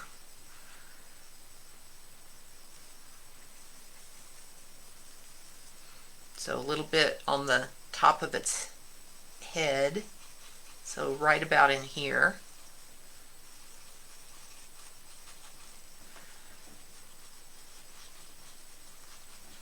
You can go back over an area if you want. And then kind of in the center, sorry, my brush is in the way so you can't really see. So kind of in the center of the wing. So again, this is all about building colors, layering. So it looks like I took that up a bit towards the tail.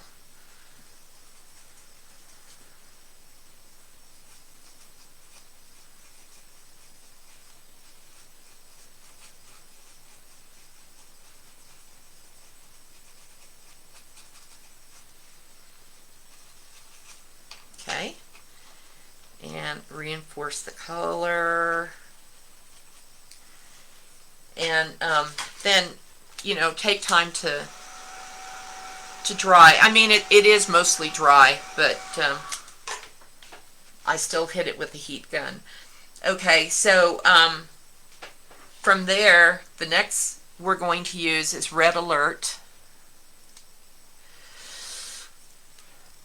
and you know, you can change out the colors if you don't have the particular ones to something that's similar.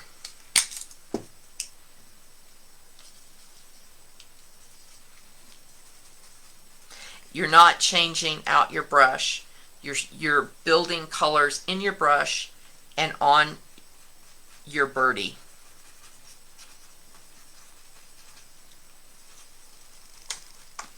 So going back in the same areas.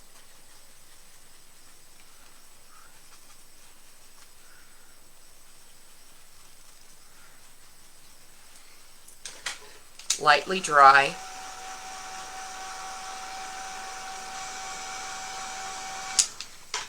If you want it to be a little bit redder, you can come back with a little bit more of the Red Alert. So this time it will be redder. So as you move between colors, you're combining colors, you're building colors. Okay.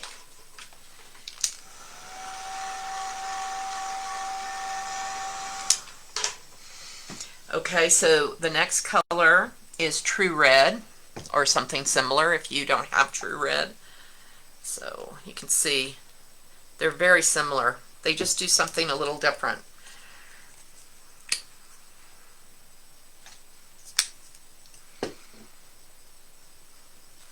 So again, that's True Red. Get most of it off on a paper towel. Go back over the same areas you've been working on. Build that color.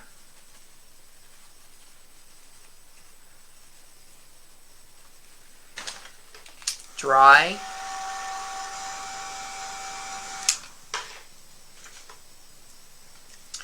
Come back a little bit more of the True Red.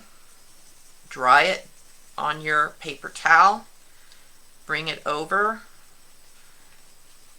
Go back over the areas that you were working on.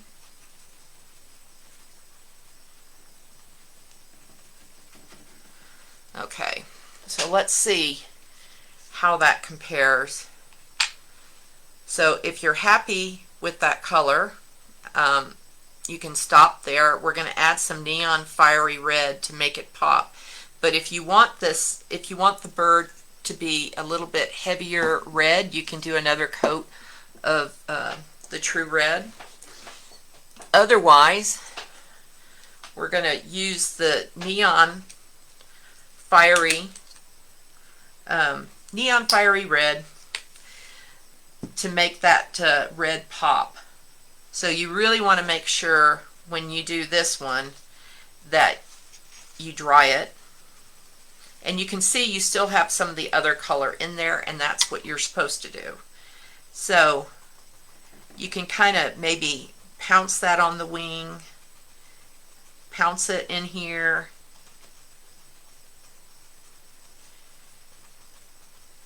So it just changes the nature. Oh, yeah, there it is. Changes the nature a little bit. If you want it to be a little bit more radical, you can come back and add even more. I kind of then am stippling it, pouncing it on. So that's up to you. You can use as little or as much as you want. Okay, and then the beak is a yellow. I've just used cadmium.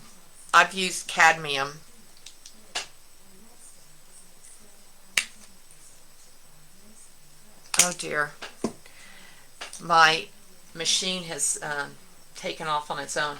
Alexa, stop. Oh gosh, she has a mind of her own. Jeez. Okay, so you're just putting a tiny bit of your chosen yellow onto the beak, just like that. And you can do 2 coats of that if you want. And then for the eye, you can use a stylus or you can use a marker and lamp black. Let's see if I've got one of my stylus handy. I moved all my stylus yesterday. Okay, so a little bit of lamp black.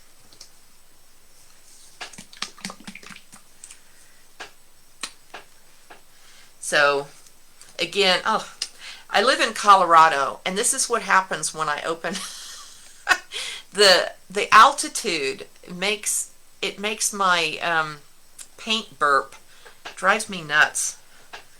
Okay, so you can use a marker or just a little stylus. Put that in.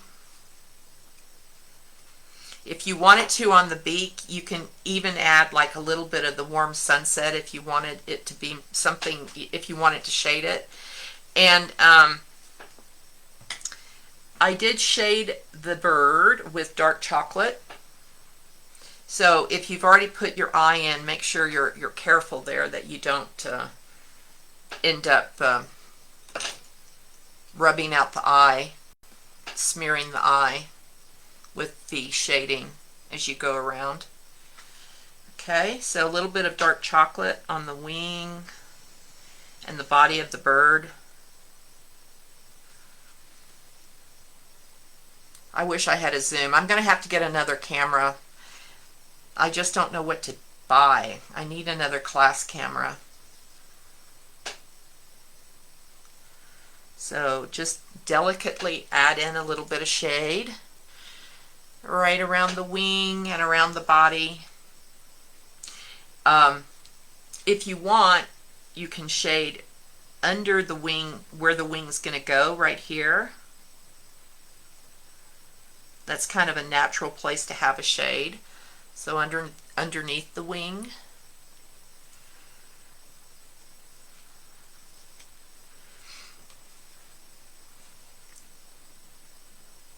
And you definitely want it under the body, on the undercarriage of the body. And it's up to you. I came up just a little bit with the shading up here. Let me dry that.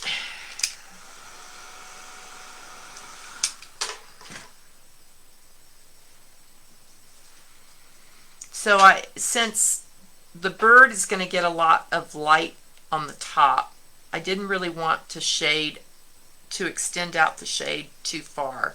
So I didn't do it on the head. So, and if you wanted, you could add in, I used a white marker in here, but you could do like a strip of white, you know, a little bit of white up here. But I just used a marker. I kind of kept it a little bit simple.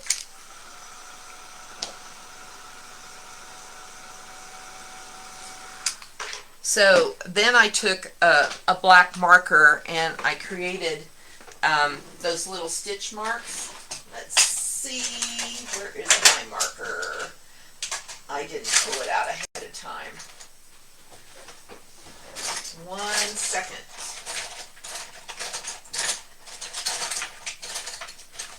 Well, heck. All right.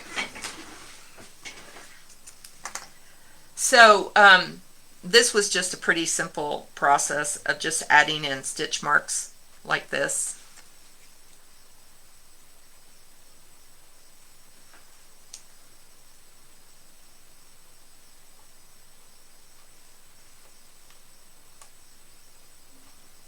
So you just want it to be quick and easy, rustic, not perfect. So I'm really good at doing not perfect. And I did the same here.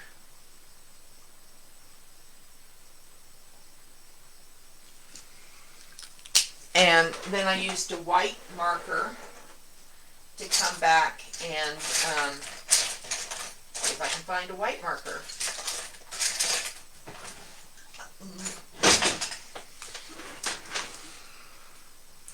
This is a Posca. This permanent marker that I use, these are really inexpensive from Amazon Shuttle Art. You can get like 20 of them for hardly any money at all. So, so I came back with the wing, and I just kind of wanted a flow.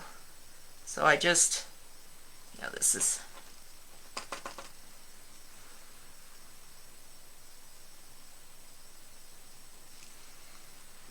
and then I came underneath its eye.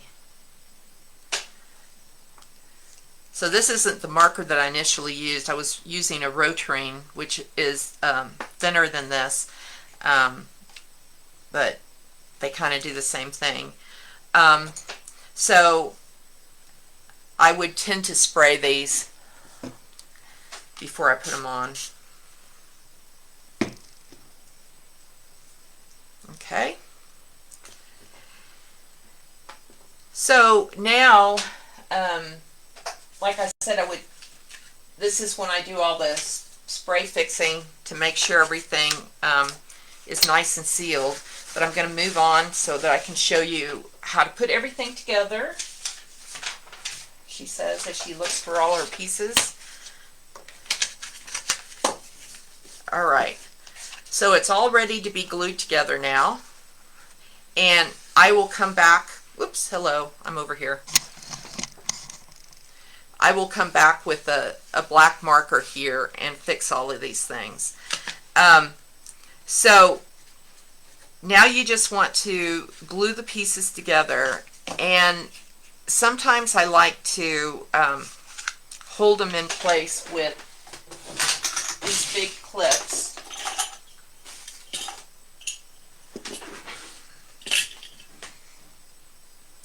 So I'm going to show you how I glue it, and then, you know, like I said, you want to make sure that you have varnished everything. And like I said, I tend to varnish before I glue all the pieces together.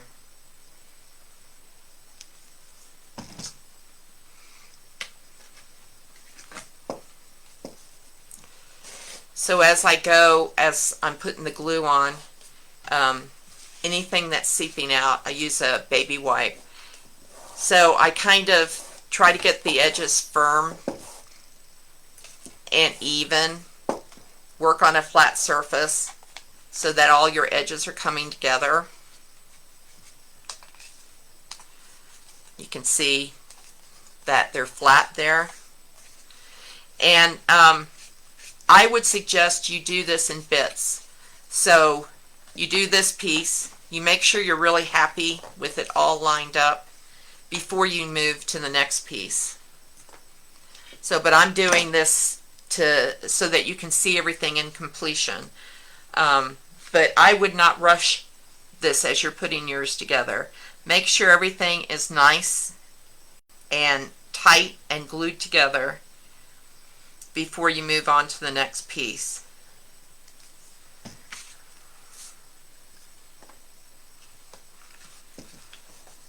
So same process.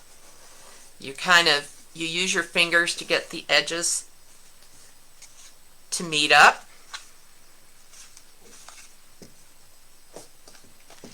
And make sure it's flat. So 3 pieces will stand on their own, but it's not as secure as it's going to be once we put the fence into place. Okay. So like I said, if you wanted, you could use these clips to let it dry. So if you wanted to do that. The art glitter glue works really fast, and a lot of times I don't necessarily have to use those clips. So I'm pretty happy with the way that it looks right now. So one of the pens that I use, I think these are the ones that Tracy Morrow had recommended, and I was just going to show you. There's another one that I just ordered on Amazon. I will send you links, so if you're interested in looking at them, you can check them out. But these broad pens work really well. They call this Let's Resin, this marker. So this is how I tidy up my edges.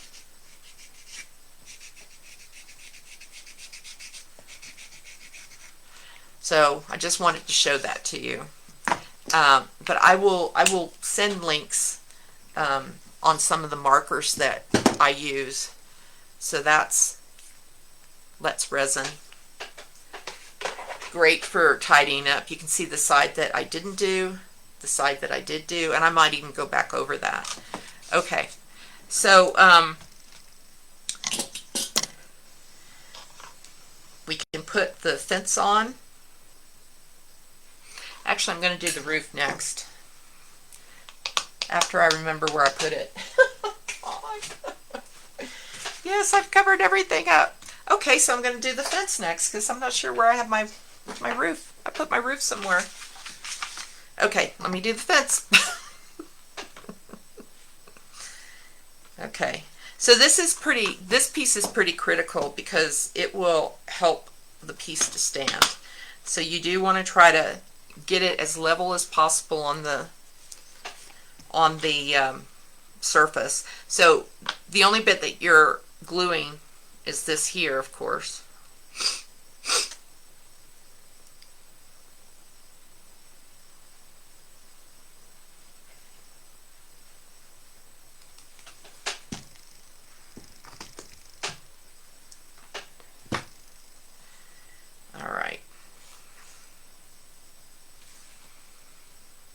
So you want to center the fence in there, and you want to make sure that it's flat. So once you have the fence centered onto the birdhouse, then you can work from a flat surface to make sure that the fence is touching evenly at the bottom. Oops.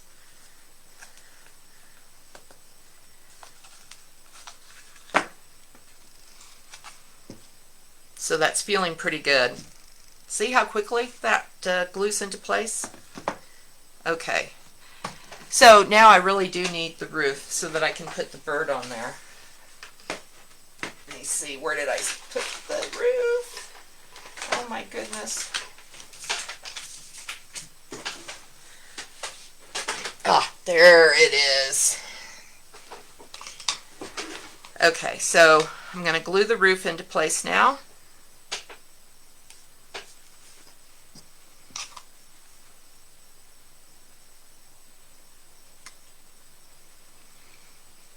So with this glue, you do not need a huge amount.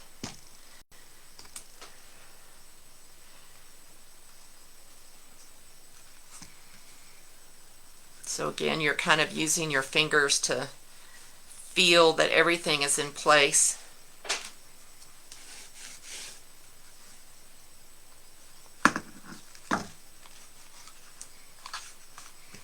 So if I wasn't doing this for class purposes, I'd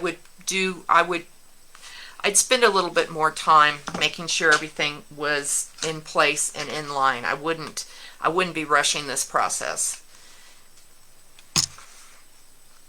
So it looks pretty lined up.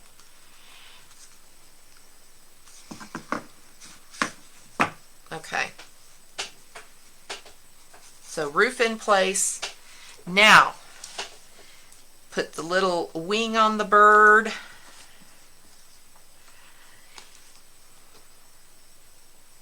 And just a tiny amount of glue.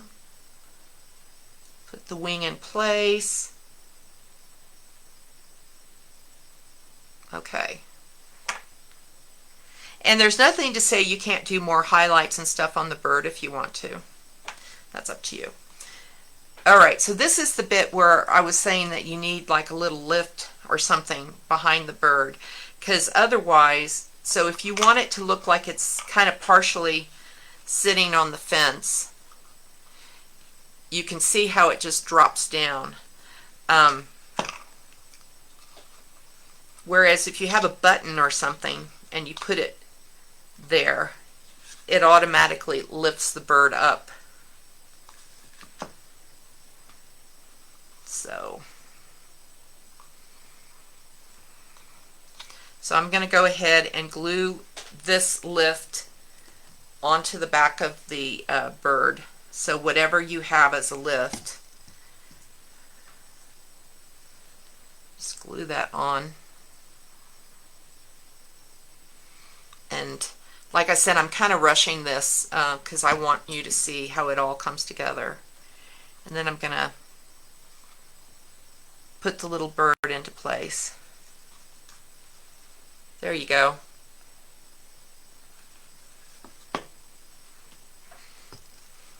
So, the only bits that are missing then, let's just see.